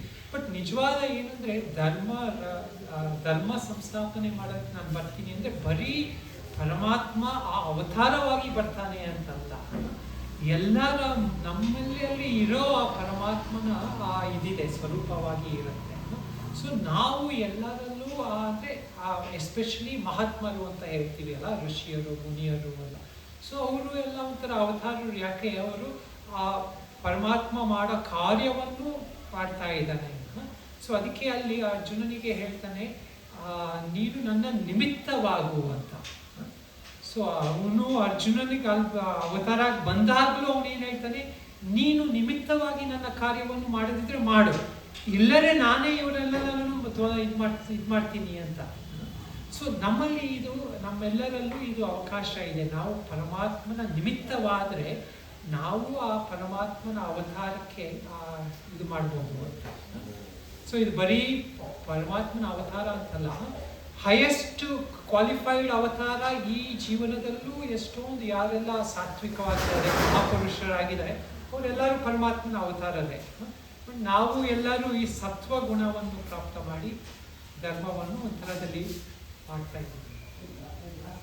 ಆಯ್ತು, ನಾನು ಕೊನೆಯ ಮಂತ್ರ ಒಂದು ಹೇಳ್ತೀನಿ. ಸರ್ವೇಷಾಂ ಸ್ವಸ್ತಿರ್ಭವತು, ಸರ್ವೇಷಾಂ ಪೂರ್ಣಂ ಭವತು, ಸರ್ವೇಷಾಂ ಶಾಂತಿರ್ಭವತು. ಓಂ ಪೂರ್ಣಮದ ಪೂರ್ಣಮಿದಂ ಪೂರ್ಣಾತ್ ಪೂರ್ಣಮುದಚ್ಯತೆ.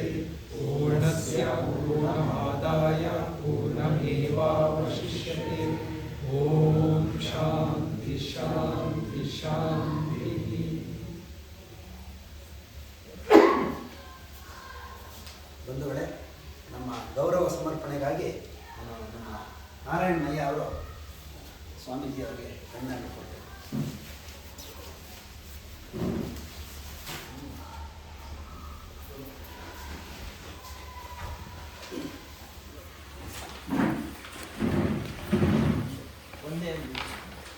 ಇವರು ನಮ್ಮಲ್ಲಿ ಚೀಫ್ ಜನರಲ್ ಮ್ಯಾನೇಜರ್ ರಿಟೈರ್ಡ್ ಆದರು. Highest post in our bank. So very proud colleague.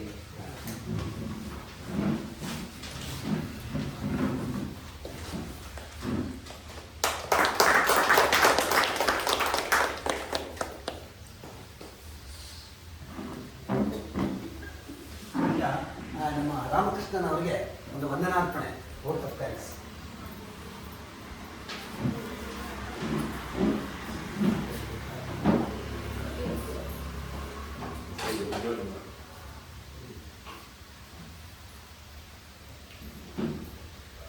ಎಲ್ಲರಿಗೂ ಇವತ್ತೊಂದು ಬ್ಲೆಸ್ಸಿಂಗ್ ಸ್ವಾಮೀಜಿ ಅವರು ಇವತ್ತು ಜೊತೆಗೆ ಅವರು ನಮಗೆ ಹಂಚ್ಕೊಟ್ಟಿದ್ದಾರೆ. ಅವರು ಕೈಲಾಸ ಆಶ್ರಮ ಅಂದರೆ ಅದು ತುಂಬ ಪುರಾಣ ಕಾಲದಲ್ಲಿ ಅಂದರೆ ತುಂಬ ವೆರಿ ಓಲ್ಡ್ ಆಶ್ರಮ. ಸೊ ಅಲ್ಲಿ ಈಗ ಒಂದು ವಿದ್ಯೆಯನ್ನು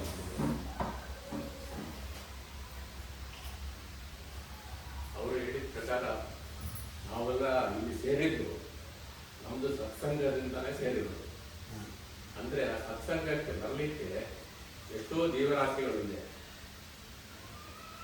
84 ಲಕ್ಷ ಜೀವರಾಶಿಗಳು. ಅದರಲ್ಲಿ human foreign is one. So ಅದರಲ್ಲೂ ಯಾರನ್ನ ಸತ್ಕಾರ್ಯ ಮಾಡಿದ್ದಾರೆ ಅಂದರೆ ಪೂರ್ವಜನ್ಮದಲ್ಲಿ ನಮ್ಮ ಬ್ಯಾಕ್ ಹಿಸ್ಟರಿ ಅದರಲ್ಲಿ ಮಾಡಿದ್ದಾರೆ, ಅವರು ಮಾತ್ರ ಈ ಥರ ಇದಕ್ಕೆ ಬರ್ಬೋದು. ಅದು ಇಲ್ಲಿ ಕರ್ಕೊಂಡು ಬರ್ತದೆ.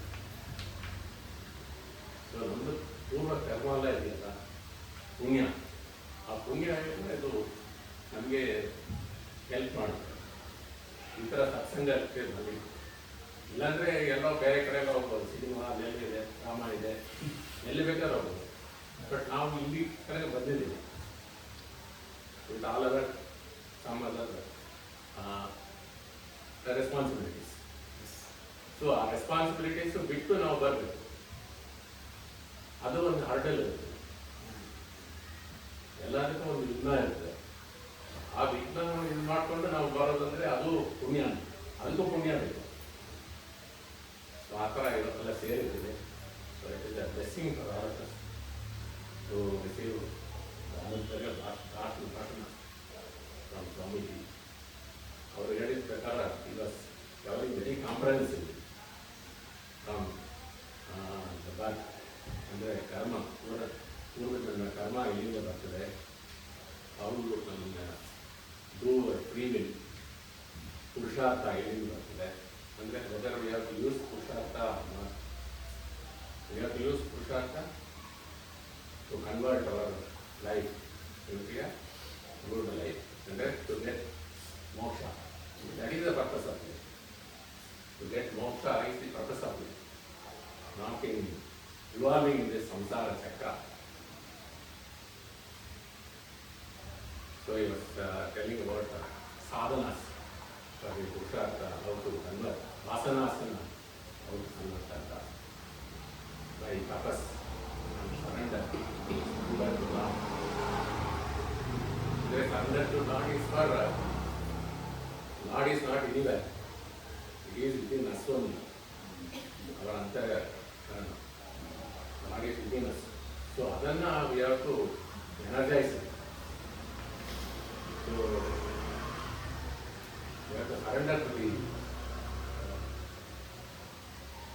Paramatma. Paramatma surrender ಮಾಡಿ we have to take his blessings.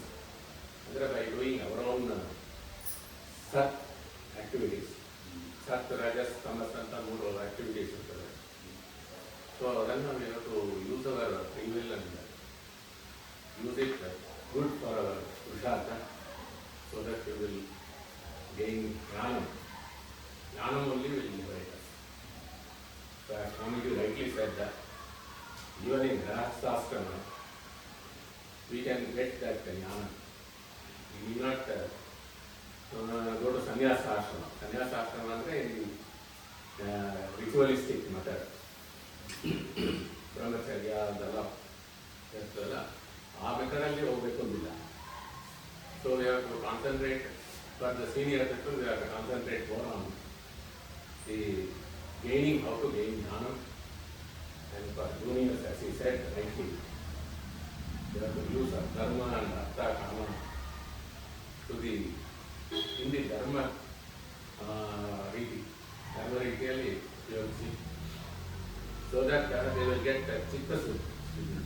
ಚಿತ್ತಶುದ್ಧಿ ಬರ್ತದೆ. ಆ ಥರ ಮಾಡಿದ್ದಾರೆ. ಸೊ ಅದಕ್ಕೆ ಗೃಹಸ್ಥಾಶ್ರಮ ಇಟ್ಕೊಂಡಿದ್ದಾರೆ. ನಾವೆಲ್ಲ ಧರ್ಮ ಪ್ರಕಾರ ನಾವು ಕರ್ಮ ಎಲ್ಲ ಮಾಡಿದರೆ ಇಟ್ ವಿಲ್ ಗಿವ್ ಚಿತ್ತಶುದ್ಧಿ. ಆವಾಗ ಶ್ರದ್ಧೆ ಇರಬೇಕು, ಶಾಸ್ತ್ರದಲ್ಲಿ ಶ್ರದ್ಧೆ ಇರಬೇಕು.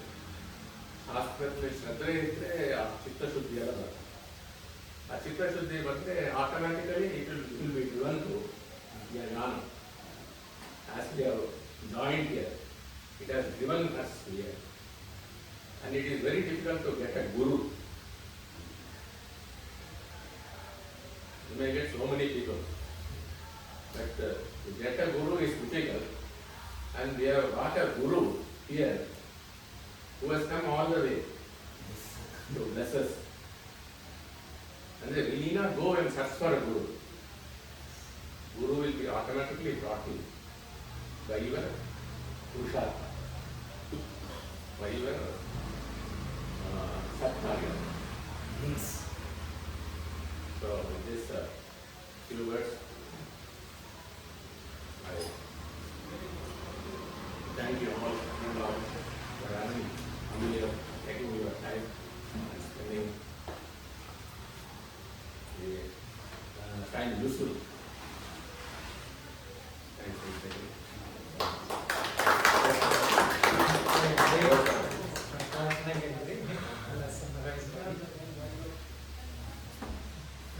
ಬಂಧುಗಳೇ, ಈ ತರಹ 3 ತಿಂಗಳಿಗೊಮ್ಮೆ, ಇದು ಮೊದಲನೇ ಒಂದು ಕಂತು ಸ್ವಾಮೀಜಿದು. ಸ್ವಾಮೀಜಿ ನಮಗೆ ವರ್ಷಕ್ಕೊಮ್ಮೆ ಸಿಗ್ತಾರೆ. ಅವರು ಬರೋದೇ ಡಿಸೆಂಬರಲ್ಲಿ, ಸಾಮಾನ್ಯವಾಗಿ ಡಿಸೆಂಬರಲ್ಲಿ ಬಂದು ಹೋಗ್ತಾರೆ. ಸೊ ನೆಕ್ಸ್ಟ್ ಇಯರ್ ಸ್ವಾಮೀಜಿ ಬರುತ್ತೆ ಮತ್ತೆ. ಅಷ್ಟರಲ್ಲಿ ನಾವು ಸ್ವಾಮೀಜಿ ಬರೋದ್ರೊಳಗೆ ನಾವು ಇನ್ನೊಂದು 3 ಯಾರಾದರೂ ನಮ್ಮಲ್ಲೆಲ್ಲ ಇದು ಆಸಕ್ತರು ಭಾಳ ಮುಖ್ಯ. ಈಗ ಒಂದು 50 ಜನ ಎಲ್ಲರಿಗೂ ಮೆಸೇಜ್ ಹಾಕಿ ಬನ್ನಿ ಬನ್ನಿ ಅಂತ ಕರೆದ್ರೆ 50 ಜನ ಬರ್ತಾರೆ. ಅಯ್ಯೋ ಪಾಪ ಕರೆದಿದಾರಲ್ಲ ಅಂದ್ಕೊಂಡು ಬರೋದೇ ಜಾಸ್ತಿ. ಅಯ್ಯೋ ಕಾರ್ಯಕ್ರಮಕ್ಕೆ ಕರೆದಿದ್ದಾರೆ, ಏನು ಅನ್ಕೋತಾರೋ ಏನೋ. ನಮ್ಮ ಮನೆ ಕಾರ್ಯಕ್ರಮಕ್ಕೆ ಅವ್ರು ಬಂದಿದ್ರು, ಇವರು ಮನೇಲಿ ಕಾರ್ಯಕ್ರಮ ಮಾಡಲ್ಲ, ಸಂಪತ್ತಲ್ಲೇ ಮಾಡ್ತಾರೆ, ಸರಿ ಹೋಗೋಣ ಅಂತ ಬಂದು ಕೂತ್ಕೊತಾರೆ. ಇದು ಆ ಥರ ಅಲ್ಲ. ಇದು ನಮ್ಮ ಸುಧೀರ್ ಅವರು ಹೇಳ್ತಾ ಇದ್ರು, ಸರ್ ಇಬ್ಬರು ಯಾರು ಬೇಡ, ನಾನಂತೂ ಬಂದೇ ಬರ್ತೀನಿ, ನೀವು ಅರೇಂಜ್ ಮಾಡಿ, ನಾವಿಬ್ಬರೇ ಇರೋಣ. ಅಲ್ಲಿಗೆ ಇವರು ಗುರುಪ್ರಸಾದ್ ಆಗಲಿ, ರಾಮಕೃಷ್ಣನ್ ಆಗಲಿ, ನಮ್ಮ ವಾಸುದೇವ್ ಒಳಗಾಗಲಿ ಎಲ್ಲರೂ ಸ್ವಇಚ್ಛೆಯಿಂದ ಇಲ್ಲ ಬರೋದು. ನಮ್ಮ ಸುರೇಶ್ ಕುಮಾರ್ ಅವರು ಇಮ್ಮಿಡಿಯೇಟ್ ಆಗಿ ಸರ್ ಬರ್ತೀನಿ ಅಂದರೆ, ನಾವು ಆಸಕ್ತರು 3 ತಿಂಗಳಿಗೊಮ್ಮೆ ಯಾರಾದರೂ ಸಜೆಸ್ಟ್ ಮಾಡ್ಬೋದು, ಅಥವಾ ಸ್ವಾಮೀಜಿನೇ ಮತ್ತೆ ಯಾರಾದರೂ ಅವರ ಕಡೆಯವರು ಈ ಕಡೆ ಬಂದಾಗ ನಮಗೆ ಸ್ವಾಮೀಜಿನೂ ನಮಗೆ ನಂಬರ್ ಕೊಡ್ತಾರೆ. 3 ತಿಂಗಳಿಗೊಮ್ಮೆ ಸೇರಿ ಈ ಥರ ಒಂದು ನಾವೆಲ್ಲರೂ ಭಾಗವಹಿಸೋಣ ಅಂತ ನಮ್ಮದು ಕೂಡ ಒಂದು ಇಚ್ಛೆ. ಇದನ್ನೆಲ್ಲ ನಡೆಸ್ಕೊಂಡು ಹೋಗೋದು ಎಲ್ಲರ ಜವಾಬ್ದಾರಿ. ಸೊ ಈಗ ಪ್ರಸಾದ ರೂಪದ ಭೋಜನ ಇರುತ್ತೆ, ಒಂದು 5 ನಿಮಿಷದಲ್ಲಿ ತಯಾರಾಗಿದ್ದು ಇದರಲ್ಲಿ ನಾವು ಸ್ವಾಮೀಜಿ ಜೊತೆ ಹಾಗೆ ಇಂಟ್ರಾಕ್ಟ್ ಮಾಡಿ. ಇವರು ರಮೇಶ್ ಅವರು ಹೇಳಿದ್ದಕ್ಕೆ ನಾನು ಬಂದಿರೋದು, ಬಹಳ ಒತ್ತಾಯ ಮಾಡಿ ನಿಮ್ಮೆಲ್ಲರಿಗೂ ಸ್ವಲ್ಪ ಇದು ಮಾಡಿ ಅಂತೆಲ್ಲ ಹೇಳಿ. ಮತ್ತೆ ನನಗೂ ಬಹಳ ಸಂತೋಷ, ಇಲ್ಲಿ ಮಕ್ಕಳಿಗೆ ಎಷ್ಟೊಂದು ಎಲ್ಲ ಇದು ಮಾಡಿ ಅವ್ರ ಎಫರ್ಟ್ಸ್ ಮಾಡಿ ಅದಕ್ಕೂ ನಾನು ಸಪೋರ್ಟ್ ಮಾಡೋಣ ಅಂತ ಒಳ್ಳೆಯದು. ಎಲ್ಲ ಪ್ರಸಾದ ಭೋಜನ ಇದೆ.